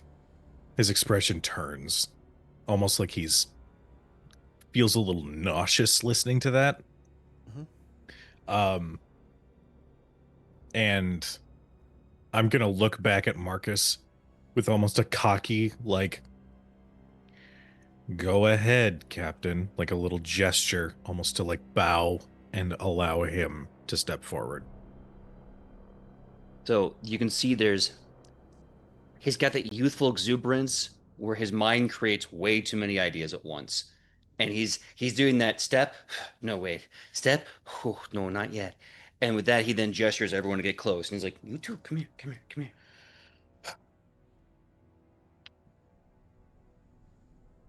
How close are you getting? And you got a what on your stealth? Me? Yeah. Well, I haven't moved yet, but I got a 19 on my stealth. Okay. As you all are beginning to move closer, again, does not seem like this individual has noticed. Or maybe they have, and they're just not saying anything. So, getting close to everyone, not taking use of the ambush just yet, I'm going to reach into my pocket, pull out just a long strip of white cloth, and I'm going to hold it out, and I'm going to say, everyone, go ahead, grab this all together. With your hands like, go ahead. Go ahead, you. Okay, look, I know we started as a bunch of, let's be honest, a bunch of jackanapes, but right now, we're cousins. And to bond that, I want you all to take a moment to devote ourselves to this one mission. And together, well, we can do anything, Cher. Okay? Take a deep breath and just put forth that we got this together. And as you do that, you're going to see the white strip of cloth, if you're holding it, a very, very small burning halo extends from it, like the burning halo of Zarael, as I cast aid on Jack, Dustin, and Yasker. I can only choose 3 targets, so I'm sorry, Mazakith, but you and I don't get it, buddy. So I'm Frontliners. sitting there holding this thing like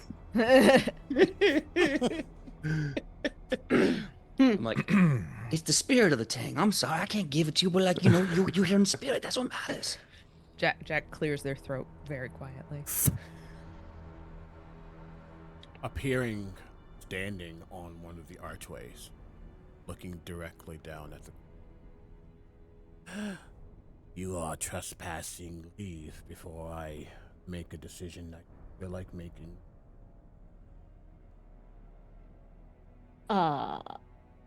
First off, how much health does that aid give us?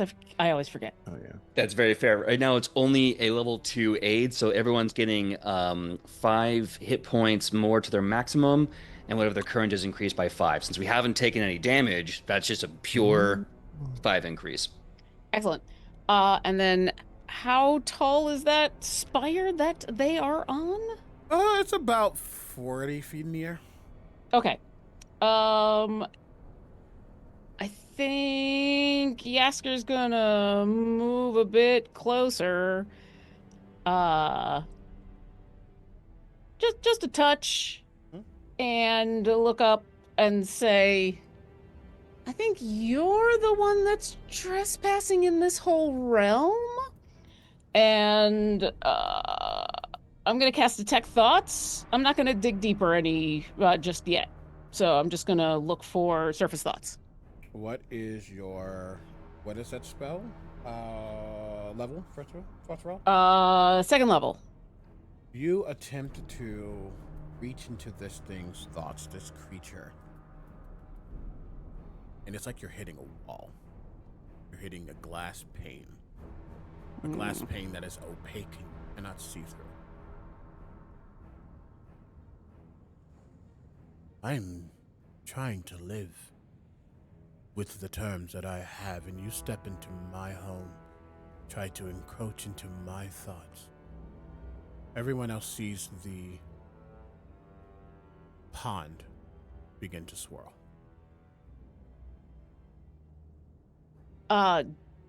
Do I sense any other creatures around since I've got Detect Thoughts up? Not yet. Okay. I'm just gonna keep that up and look back at Marcus and see what he wants to do. Because I could keep talking to this. Yeah. Actually, I'll say this out loud.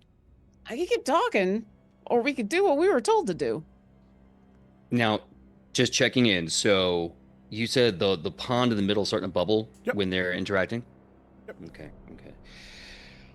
Marcus, at this point in his life, is going to start moving forward, hands in the air, just up in like a, hey, mean you no harm kind of vibe. And he's going to walk up. And if necessary, I can make a persuasion check as I say, well, bonjour, stranger. Well, we don't gotta be strangers. We can be friends.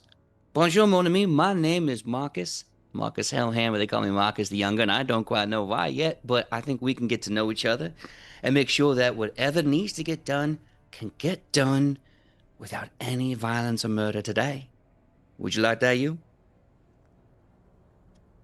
If you want to give me a persuasion check, you can. It's at disadvantage because someone just tried to encroach into this creature's thoughts. That was very, very fair. And that is... Okay, cool. It's the same number on both, which gives me a dirty 20. Love that. This creature does not flinch at your words. Who do you think you are? Some of us just want to exist, not dealing with a fucking war. And now you come here, making demands, placating with false innocence. You are no better than any of them. Good. No. Now I don't have a conscience. At that, you see suddenly the water swirl, and appearing inside are three different creatures. Two look the same, one doesn't. You see something that Yasker would recognize firstly. Oh my god, fucking crap. Something that Yasker would recognize firstly. Actually, all of you would recognize. I'm going to rename them to not that, so you don't know. We can call them A. Something you recognize by the picture that was originally formed in the fog when Zariel showed a creature. Long horns, red skin, long elegant robes, clearly angry and watching. But in the same breath, you see, let me make sure I get another one. Boop. No, that's not what I need. Y'all, I've actually literally never. I live for the filler sounds. Does Dustin have a minute to cast mage armor? I would say you would have that. You would have had Sick. that before. I'm gonna let you have Looks that. like things are about to get real. Oh yeah. it is. Yeah. Can I duplicate you?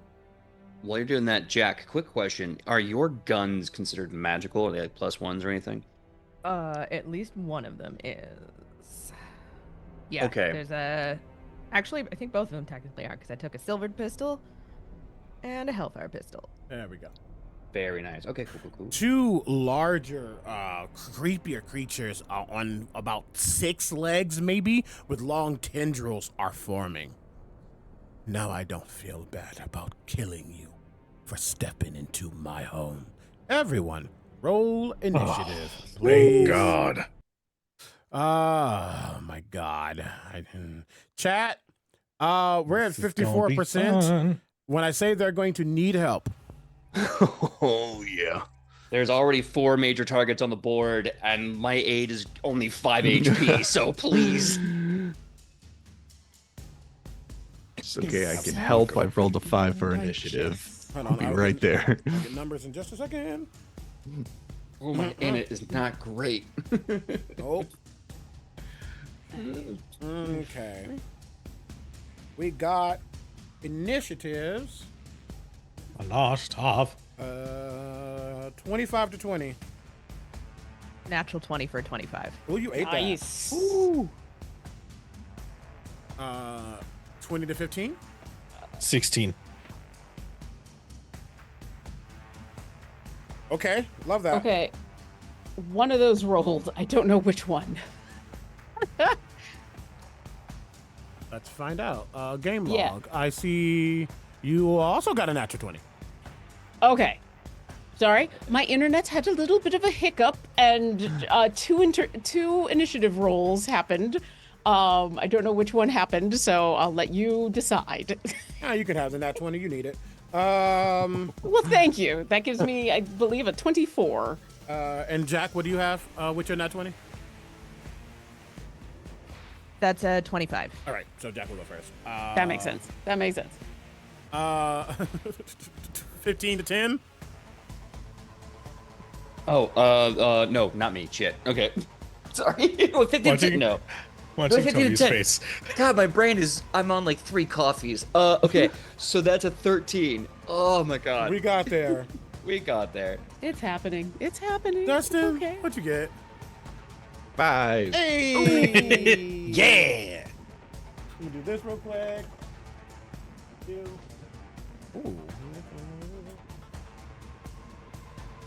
Okay. I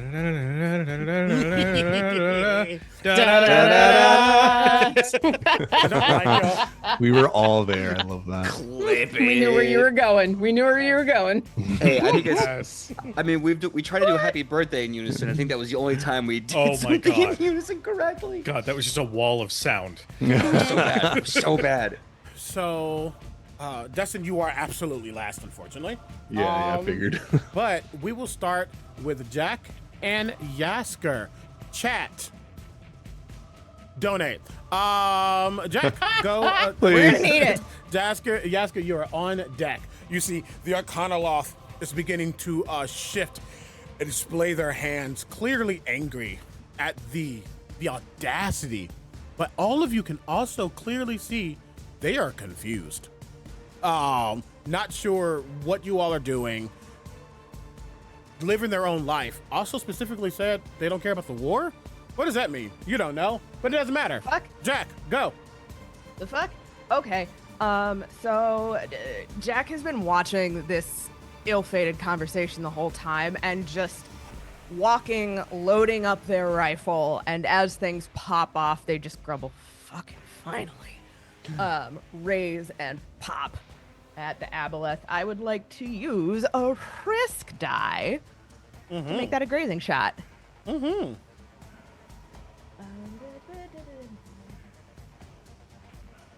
Ooh, their name is Zabaz. Yeah, Zabaz. The bears. Okay. Well, I might not. They're need not the the grazing worst, shot. there's the best. Yeah. I might not need the grazing shot because that's dirty 20 to hit. As your gun bullet rings out, they don't move a singular bit as this gun comes out, and it hovers right in front of their face before it falls. Will not hit. Cool.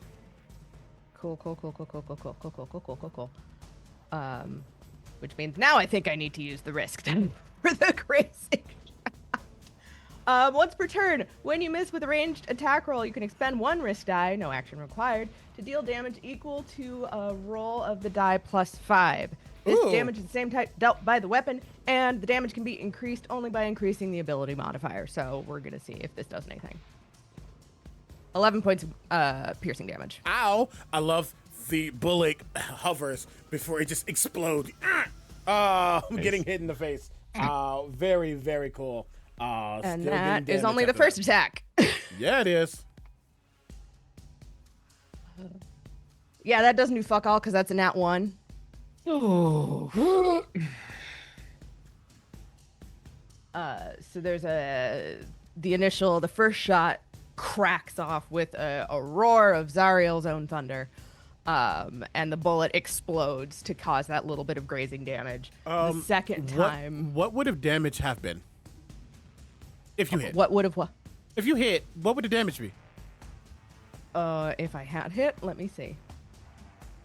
Let me roll that. That's a fun question. I hate that. My other D8. God, I'm panicking. That's 9 damage. Great. Can you take 4? Ow. That same explosion right in front of you. From that nat 1. Fair. Yeah. 'Cause, we can call it that the bullet jammed in the chamber and the gunpowder popped. So, Yeah, 100%. Yeah. What's that you were saying about making your own bullets again? Go fuck yourself. Okay.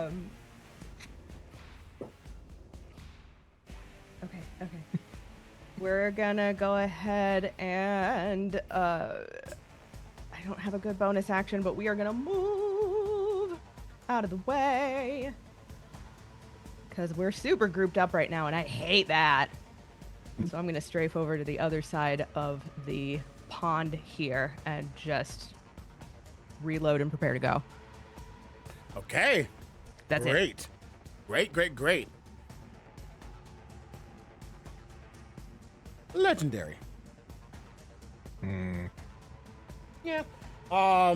You see Zabaz watch you all, and it's almost as if they shimmer out of existence for a second, and they appear on this side. But they're just watching, taking you all in, making calculated choices before they act. That is their legendary. Jasker, go. Marcus, Yes. are we done talking and would you like to hit something? I think the time for talking is done, and I think the time for fighting is now. Good. Yasker is going to stride on over to Marcus and link arms like we're going for a stroll, and if you're okay with it. And as we go to take a step, I'm going to cast Dimension Door, and the two of us are gonna appear up here so that Marcus is next to Zabiles and I am behind Marcus. So basically we're in a little line and I am not next to this creature. And you still have my Bardic Inspiration? I do indeed. Okay. So I don't have to worry about that. I'll let go of you and peer kind of around you because you're still a little bigger than me, and look at this creature and go, you're such a self-righteous prick, you know that? and my green eyes suddenly glaze over in black, and out from my back, 2 giant, almost skeletal black wings appear with bits of black feathers, except they're all kind of half rotted and falling off. Obviously not able to fly with these, as I'm gonna reveal my celestial radiance, and I need this this creature to make a charisma saving throw. And what is this an effect against? This is against my necrotic shroud. And what does that do? Sorry. It is gonna be. That's an excellent question that I should have known the answer to before I actually did the thing. What does my necrotic I believe shroud it's to do? save against frightened. I think it is. Just wanted to confirm. Yeah, it might be immune to frightened, but that's okay well, because I get the thing out. The main question Yes, is, or have the frightened condition until the end of my next turn. the main question is, did it say all or did it say enemies? Nope, creatures other than your allies within 10 feet. That is good. Yeah. You burst out your wings, these broken, once potentially glorious things, now just a reflection, a dark reflection of what you maybe once was. This Arcanoloth, again, is just watching you, just staring and trying to understand, does not seem phased, is immune. This Arcanoloth, at least, is immune to fright. That's okay. I will say I do technically still have detect thoughts up because none of that is concentration. So if at any point I finally break through and can glean any thoughts from this thing, I will, but that is the end of my turn. You know what? Because I like you. Also, thank you so much, Ume. You all have an auto crit on deck. Yay! What? Yes. And give me an Arcana check real quick. I'm gonna just use that auto crit. So natural 20 for 23.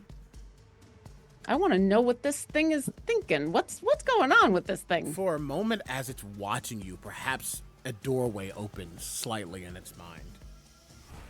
What you do see clearly is that he has not had contact with Bell in years. He is not an officer of the war. Is that the end of your turn, though? That's the end of my turn. Layer action. The flowers begin to almost pulse and writhe as a layer of fog begins to roll over the space. And as it does, I need everyone on the ground to make me Constitution saving throws. Oof. I'm theoretically good at that. Theoretically. I love a theory. Well, plus 6 Did it go well? Ooh. I wish I was nearby to help with that saving throw, but like I like to sing about, c'est la vie.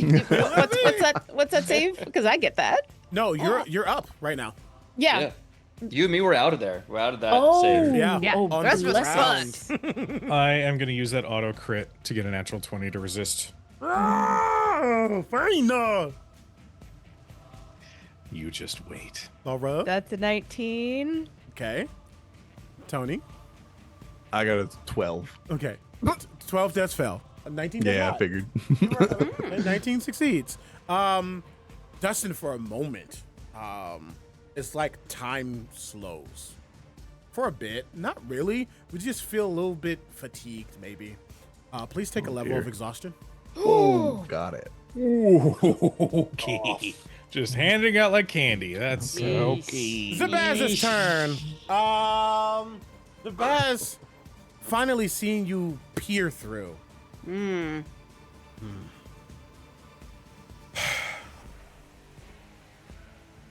Yeah, fuck it. Is that what they do? Is that what they do? Nah. You wanted me to be frightened of you. How about you try yourself? Can you make the wisdom saving throw? Is this a spell? Yep. Yeah, counter spell. Counterspell. Oh, he's counterspelling my Oh, yeah. counterspell? Absolutely. All right. What level did he do it at? Because Counterspell. And well, am I in range of counterspell Are his you counterspell? within 60 feet? Let's find out, distinguished panel of judges. You're Fucking not. spellcasters. I did counterspell at 4th level I will have to roll. because this creature's been kind of powerful, so I wasn't sure. Is it if it's the Zadath? I'm nowhere near it. Zabaz. So yeah, so I'm nowhere near to counterspell it. Unfortunately, Zazaddy. Unfortunately, it was a 19 on the die. All right. I apologize.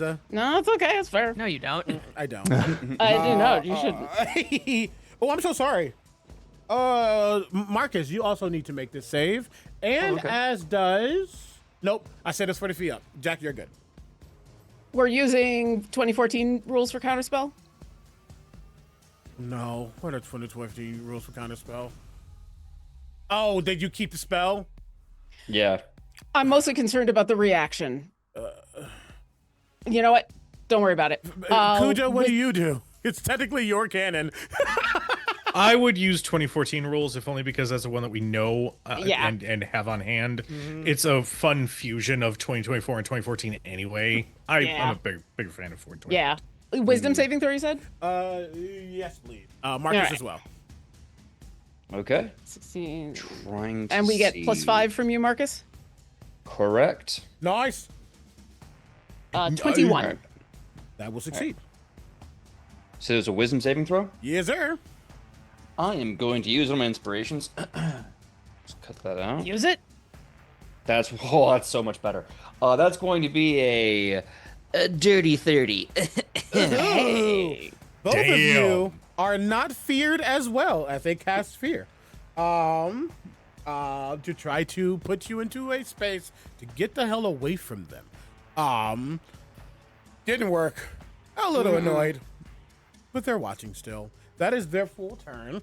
They're gonna move. They could technically move if they really wanted them to. I don't. Mazakith, you are up. One of my creatures would be in the hole, and then it's Marcus. All right. I'm going to recognize that these creatures are about to jump into the fray, and I'm going to do a couple fun little things here. First off, as my action, I'm going to cast a minor illusion.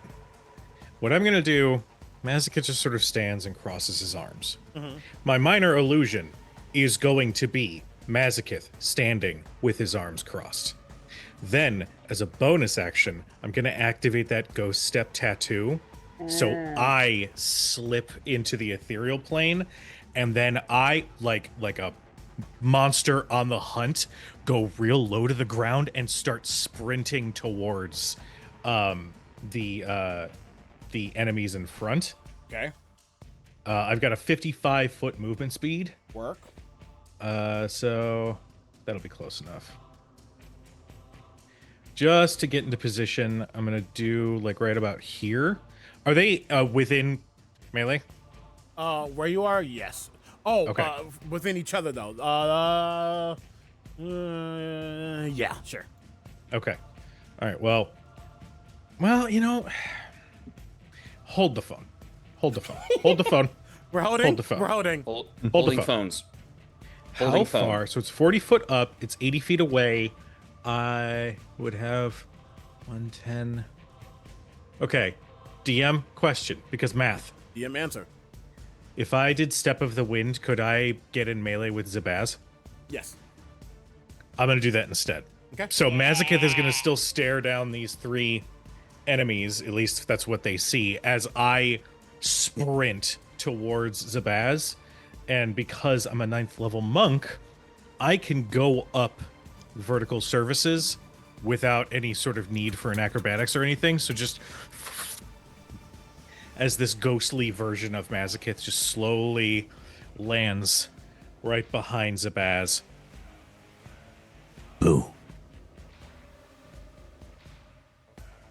Mazakith, as you run, you see their heads slowly turn like Superman watching Flash.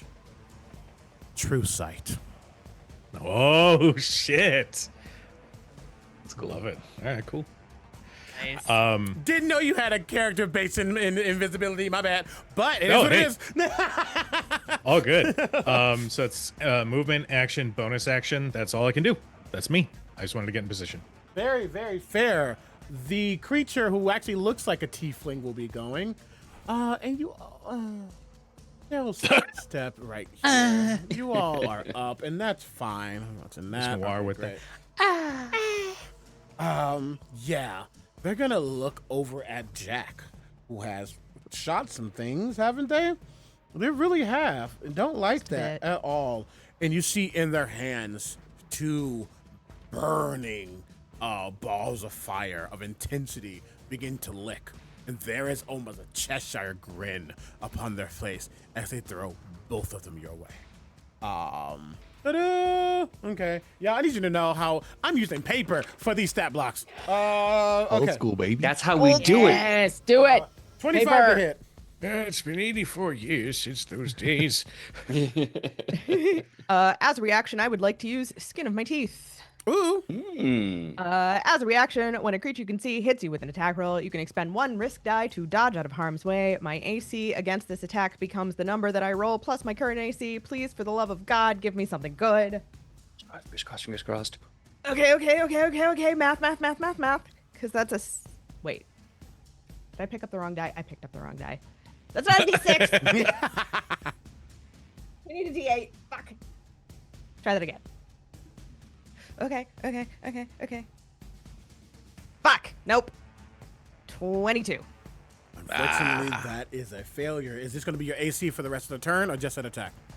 It does not say, and I hate that about this. I hate this so much. Is it a reaction? Like you It is a use your reaction? Yeah, your AC against this attack becomes the number rolled plus your current AC, potentially causing it to It miss, says and that's this all it says. attack, but it can be for this round of attacks. I'll keep you at Okay. 22. That's fine. Thank you. Which will matter because the second one won't hit. Which is good. Because this is not going to be fun for you. You are going to take the following. Also, can you make me a Constitution saving throw? Oh, yeah. Not a lot. Con save is natural 20 for a 22. Nice. Great. Very good. You are going to take 17 points of fire damage. You're going to hate me. You do not have resistance against this fire damage. Oh, fuck off. More importantly, you do not gain a festering wound. That's good. That's good. And that is going to be their full turn. That is their action. The bonus action they could do, they can't do right now. We are at Marcus. Okay. And then the creepy boys are on deck, and then our baby boy Dustin. Yeah. So quick question, is that like exhaustion fog still there? Yes. Okay. So I think what I'm going to do then is I'm going to put the shield towards Zubaz's face, as I grab the sunblade and lift it up in the air, and the blade erupts in this horrible vermilion fire with this halo that becomes corrupt as it forms. And I am, as part of my attack action, channeling the divinity of Zarael. And as I do, there's this I blow a kiss up to the sky, and I say to Zarael, "You lead, I follow, Cher." And I take that sword. Hannah's gonna yell at you. Yeah. Look, it's how he says, "I love you." And then as he gets that sword, he is going to begin to strike into Zebaz. I have a quick question about the Bardic Inspiration. Does this apply to damage as well? No, it is just 2 d20 rolls. Okay. Oh, that hurt. Also, you already used it. I used the Bardic Inspiration. Yeah, you used it on a save. No, I didn't. I used Inspiration. Oh, inspiration. Sorry, I never used mind. I used Advantage. Sorry. I can see the confusion. In the language. My bad. That's also my bad. So what I'm gonna do is I'm gonna cash in this auto crit Yeah, you on are. a smite. Yes. I hate it. This is the time. This is why we have them. I hate it. So the Sunblade, bang. Let's see. I'm going to make this my 3rd level Divine Smite, which Yeah. would put it at. Where'd you go? 3rd level Divine Smite, 4d8. 1, 2, 3, 4. And I think that means 5 for the strength. No, 2 because it's the. Okay, here you go. Oh, by the way, is he fiendish or undead? Yeah. Okay. So that means we're gonna add an extra D8 to that bad boy.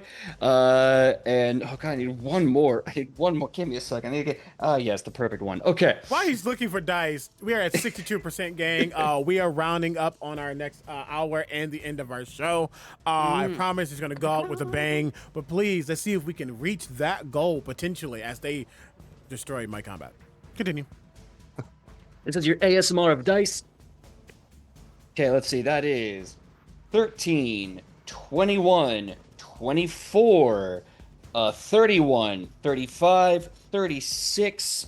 36 plus 6 is 42. I'm going to use Savage Attacker and re-roll that. That's better. That is going to be, what I said, 42 is going to be 45. That's going to be 50 radiant damage because the Sunblade and my Channel Divinity makes everything I do radiant right now. Hey, real quick. I hate that. Real quick question for you.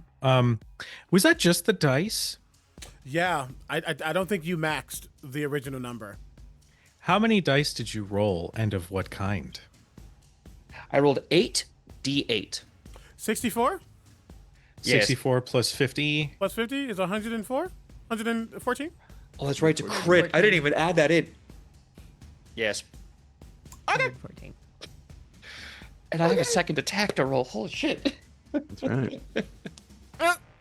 You know, Chad, if you donate for another auto crit right now, you can make that happen again. Omega, now you know my pain. Okay, well, I'm gonna also burn another advantage that they gave us, blah, and that's gonna make me re-roll that because that sucked. Omega. Omega. Don't you No fucking way. are you? For my No sanity, way. let me make this man pull from the deck of many things. Please. Let me make him suffer.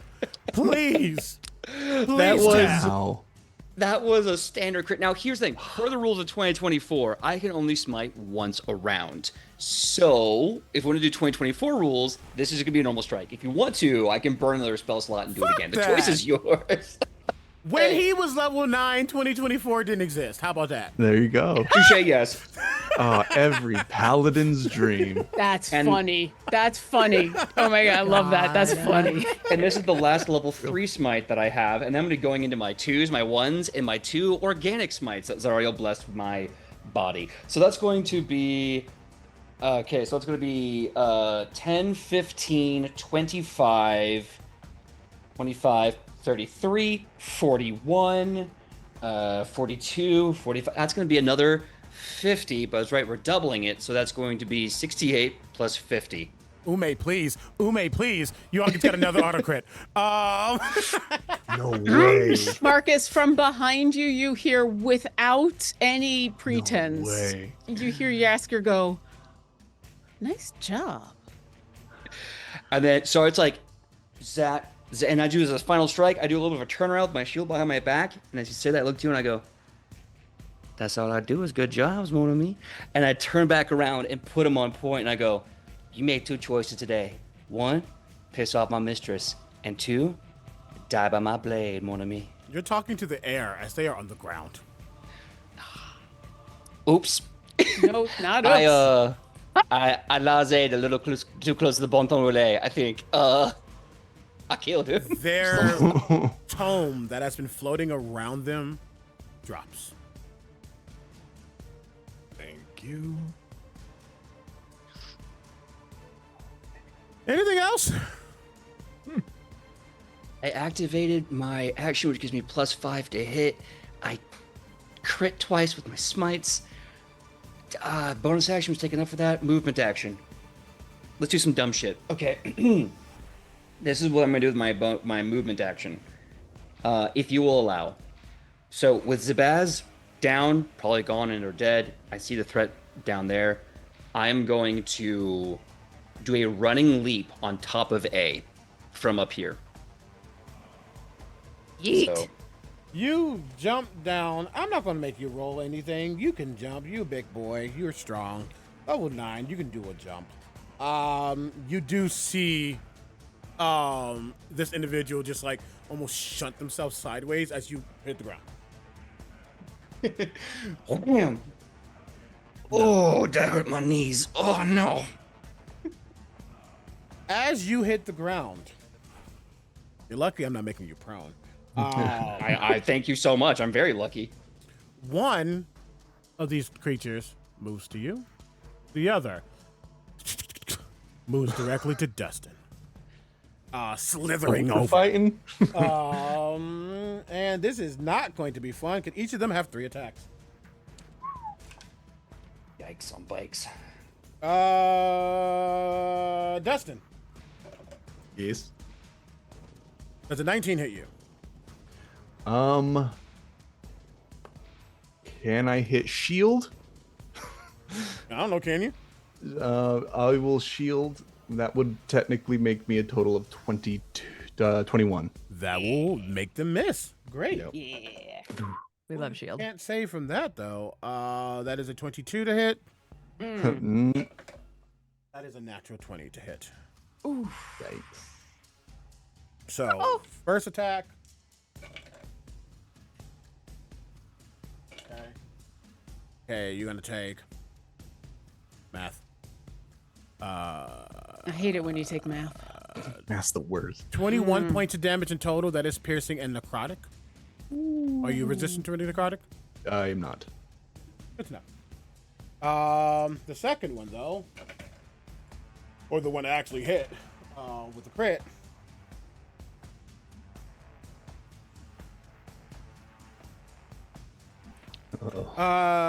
58 points of damage. You cannot take reactions. 58. It was exactly how much hit points I had left Oh. after that first hit. Rest! I was like, "Oh, are we fine?" Oh, and he just hits the ground. You're down.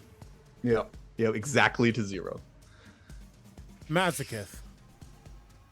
The book opens. Oh, You all that's see unfortunate. a light appearing out of Dustin. Flies to the book. Oh. So sad to see that happen. Marcus. Yeah. I'm not okay with that at all. Natural 1. I'm Okay with gonna that, though. erase one of its attacks because it got a natural 1. That's bad. And a 4 on the die. They just are rampaging. But nothing unfortunately gets through. As we get to the top of this round, with the Arcanoloth dead, you're not sure. It's hell, gang. It's hell, and who really knows what happens at the end when things die here. You see the body of the Arcanoloth begin to sink within the ground, maybe, or maybe it's shriveling, becoming like dust. The book, again, in Mazagith's hand, hovering slightly, glowing from that fresh soul that it just got. You see the 3 creatures that are there suddenly stand at attention. And you all get a shiver the back of your spine. A shiver that only appears when someone of much power is suddenly in the vicinity. One that you have seen before. Just saw them this morning. Whew. Dario appears.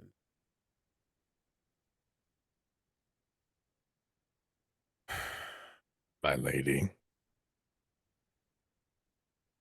So quick. Right. You don't know the first thing about war. Lately. the book begins to float over to Zario, hovering in front of her. And as she appears to me, yeah, because I can do that. Shout out to D&D Beyond. I can actually put Zario on the freaking map right now. That's pretty cool. I totally forgot. Here you go. Bloop. And she's just hovering in the air. Her wings slowly moving as she looks at Mark. If you're going to be an officer in my army, restraint, precision, understanding. You may have killed this creature. You didn't get anything that it knew. Now, did you? I did try to tell him having a conversation first would have been the best move, but turns out Marcus is more bloodthirsty than any of us. I think we can safely say that the mission was to get the book and to kill the creature, and we have done both things. If you have humbly asked of us, and we have humbly done in your name. And we did get some information. Because the only way we were going to get some information was to put a little bit of pressure on this creature, as Marcus was so kind to do. This creature that hasn't actually had any contact with Bell in a very long time. A creature that isn't actually an officer of Bell's. You see Zario float down. Not down, because you're up, over to Yaska and Marcus. I know. And yet so much still to learn. It would seem that one of you, at the very least, is competent. He gives a smile to Yaskir. But you didn't get everything, did you, Marcus? I'm sorry, Before mistress. you speak, Yaskir's head snaps.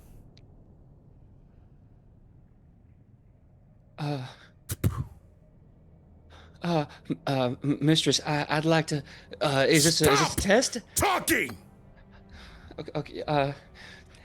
You will learn if you are going to be an officer in my space.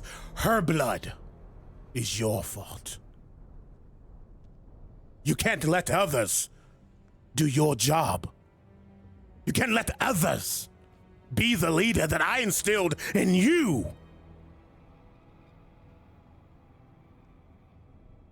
Let this be your first lesson.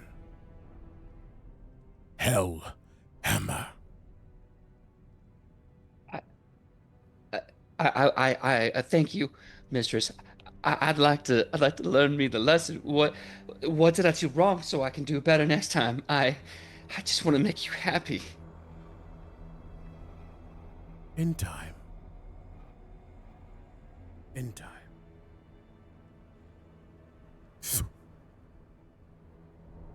Yaskir's body, Dustin's body, Jack, and Masochist disappear with Zario. You'll probably see them again, but for now, you sit, think. You understand the rules of this place. The actions that have consequence. Your hammer has to strike true, Marcus. Perhaps for the first time you finally realize.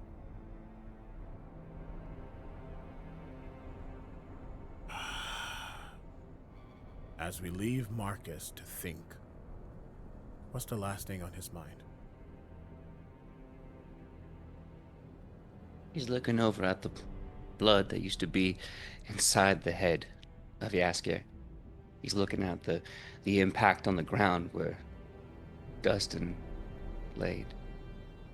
He's looking at all of his accoutrements. He's looking at the bright and shininess and the sword still humming with that devotion. And he reaches in and he takes out the holy symbol of Zariel.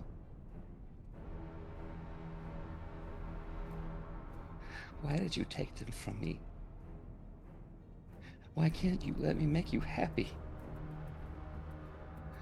Why can't you just let me in, and why can't we make this work? And why do I love you? Breaks the holy symbol from his neck and drops it on the ground next to him.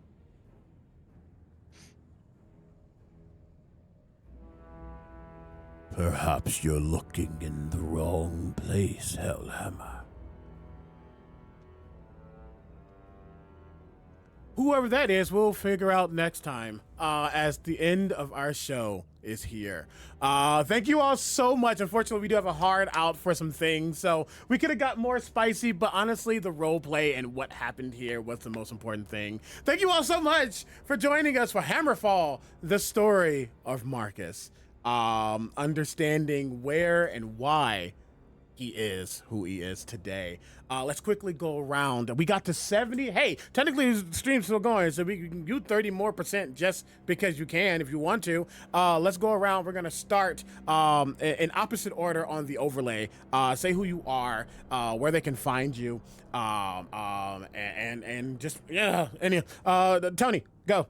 Okay. Hi, my name is Tony Rodriguez. You can find me anywhere as the Encounter Smith, usually on TikTok or YouTube, helping you with Roll20 stuff and general D&D stuff. And I was Dustin Cole. Hell yeah. Lauren. I'm Lauren Urban. You can find all the stuff I'm doing at my website, lauren-urban.com, or my Blue Sky, which is the same exact thing. That's where I've got all the stuff. If you are looking for something to do in an hour, I'm going to be on Players in Book, on the Players in Book channel, which is, one of the things I'm going to go do. I'm going to be a Tabaxi cleric trying to keep all my players alive. Who was I? I was Yasker, who's dead. Laura? Hi, hello, good time zone, folks. You can call me Laura or Tutu or Laura Tutu. You can see all of the things where I'm going to be, what I'm doing at lauratutu.com. Obviously, on Fridays, I'm here for Shadows over Baldur's Gate, playing Winifred Fithiak, our Hexblood Divine Soul Sorcerer, Celestial Warlock, and playing Jack has been great because, well, hey, he's still alive as of now. Right now. True, bestie, true. Cujo. Hello, everyone. I'm Cujo. You can find me all over the place as Cujo Plays Games or at Credit Chronicles for official show updates, announcements, that sort of thing. As you've heard a couple times, yes, Shadows over Baldur's Gate is our campaign that takes place on Friday nights from 7 to 10-ish Central Time. It is a spiritual sequel to Baldur's Gate 3, so for those who have not played the game or those who are not wishing to be spoiled, just be aware we're touching on some subject matter from the game. But yeah, if you want to see Marcus as he is in the current timeline after all of this madness, come and tune in. It's gonna be a lot of fun. And I've played Mazakith, your abyssal tiefling monk, who's absolutely still out there somewhere. And he's got his own assignment, so no hard feelings there, bub. And our bunches PJ. Hello, everyone. My name is PJ McGaw, and you can find me all over the internet at PJ McGaw, MEGAW. If you find the bearded face, you're in the right place. Today, I got to play young Marcus Hellhammer. This was beautiful, as was getting to share this with UCB and everyone here, and getting to share it with everyone in the audience. Thank you so much for raising 70%. This has really touched my heart, and I hope I get to see you all at. I will see you at PAX Philly. We'll make it happen. And if we do hit 100%, I know there's a secret thing. I'm not gonna, volunteer other people, but I know I'll do the thing. So you can be surprised. And until then, bless you all. And life is good. Over to Critical Bard. Again, thank you all. My name has been Omega. My name is Omega, and I've been your humble Dungeon Master Game Master today. Super honored to be able to tell this story, get into his lore, and I can't wait to see what happens from here. Before we go, though, one last thing. Tony, again, I really want to thank you for being here. Tony is a very, very dear friend of mine. We go way back, and I was super excited that he could play with this party. So excited that I'm actually going to pass it back to Cujo really quickly to say something. So, Tony, I have a question for you. Yes. What are you up to on Friday nights? Not a whole lot. I usually leave my Friday nights open. Why did you ask, Cujo?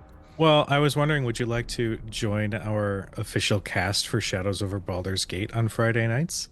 I would be delighted to. Yeah. We have a new cast member, y'all. I'm very excited. Tony's awesome. We're so excited. Yeah. It's great.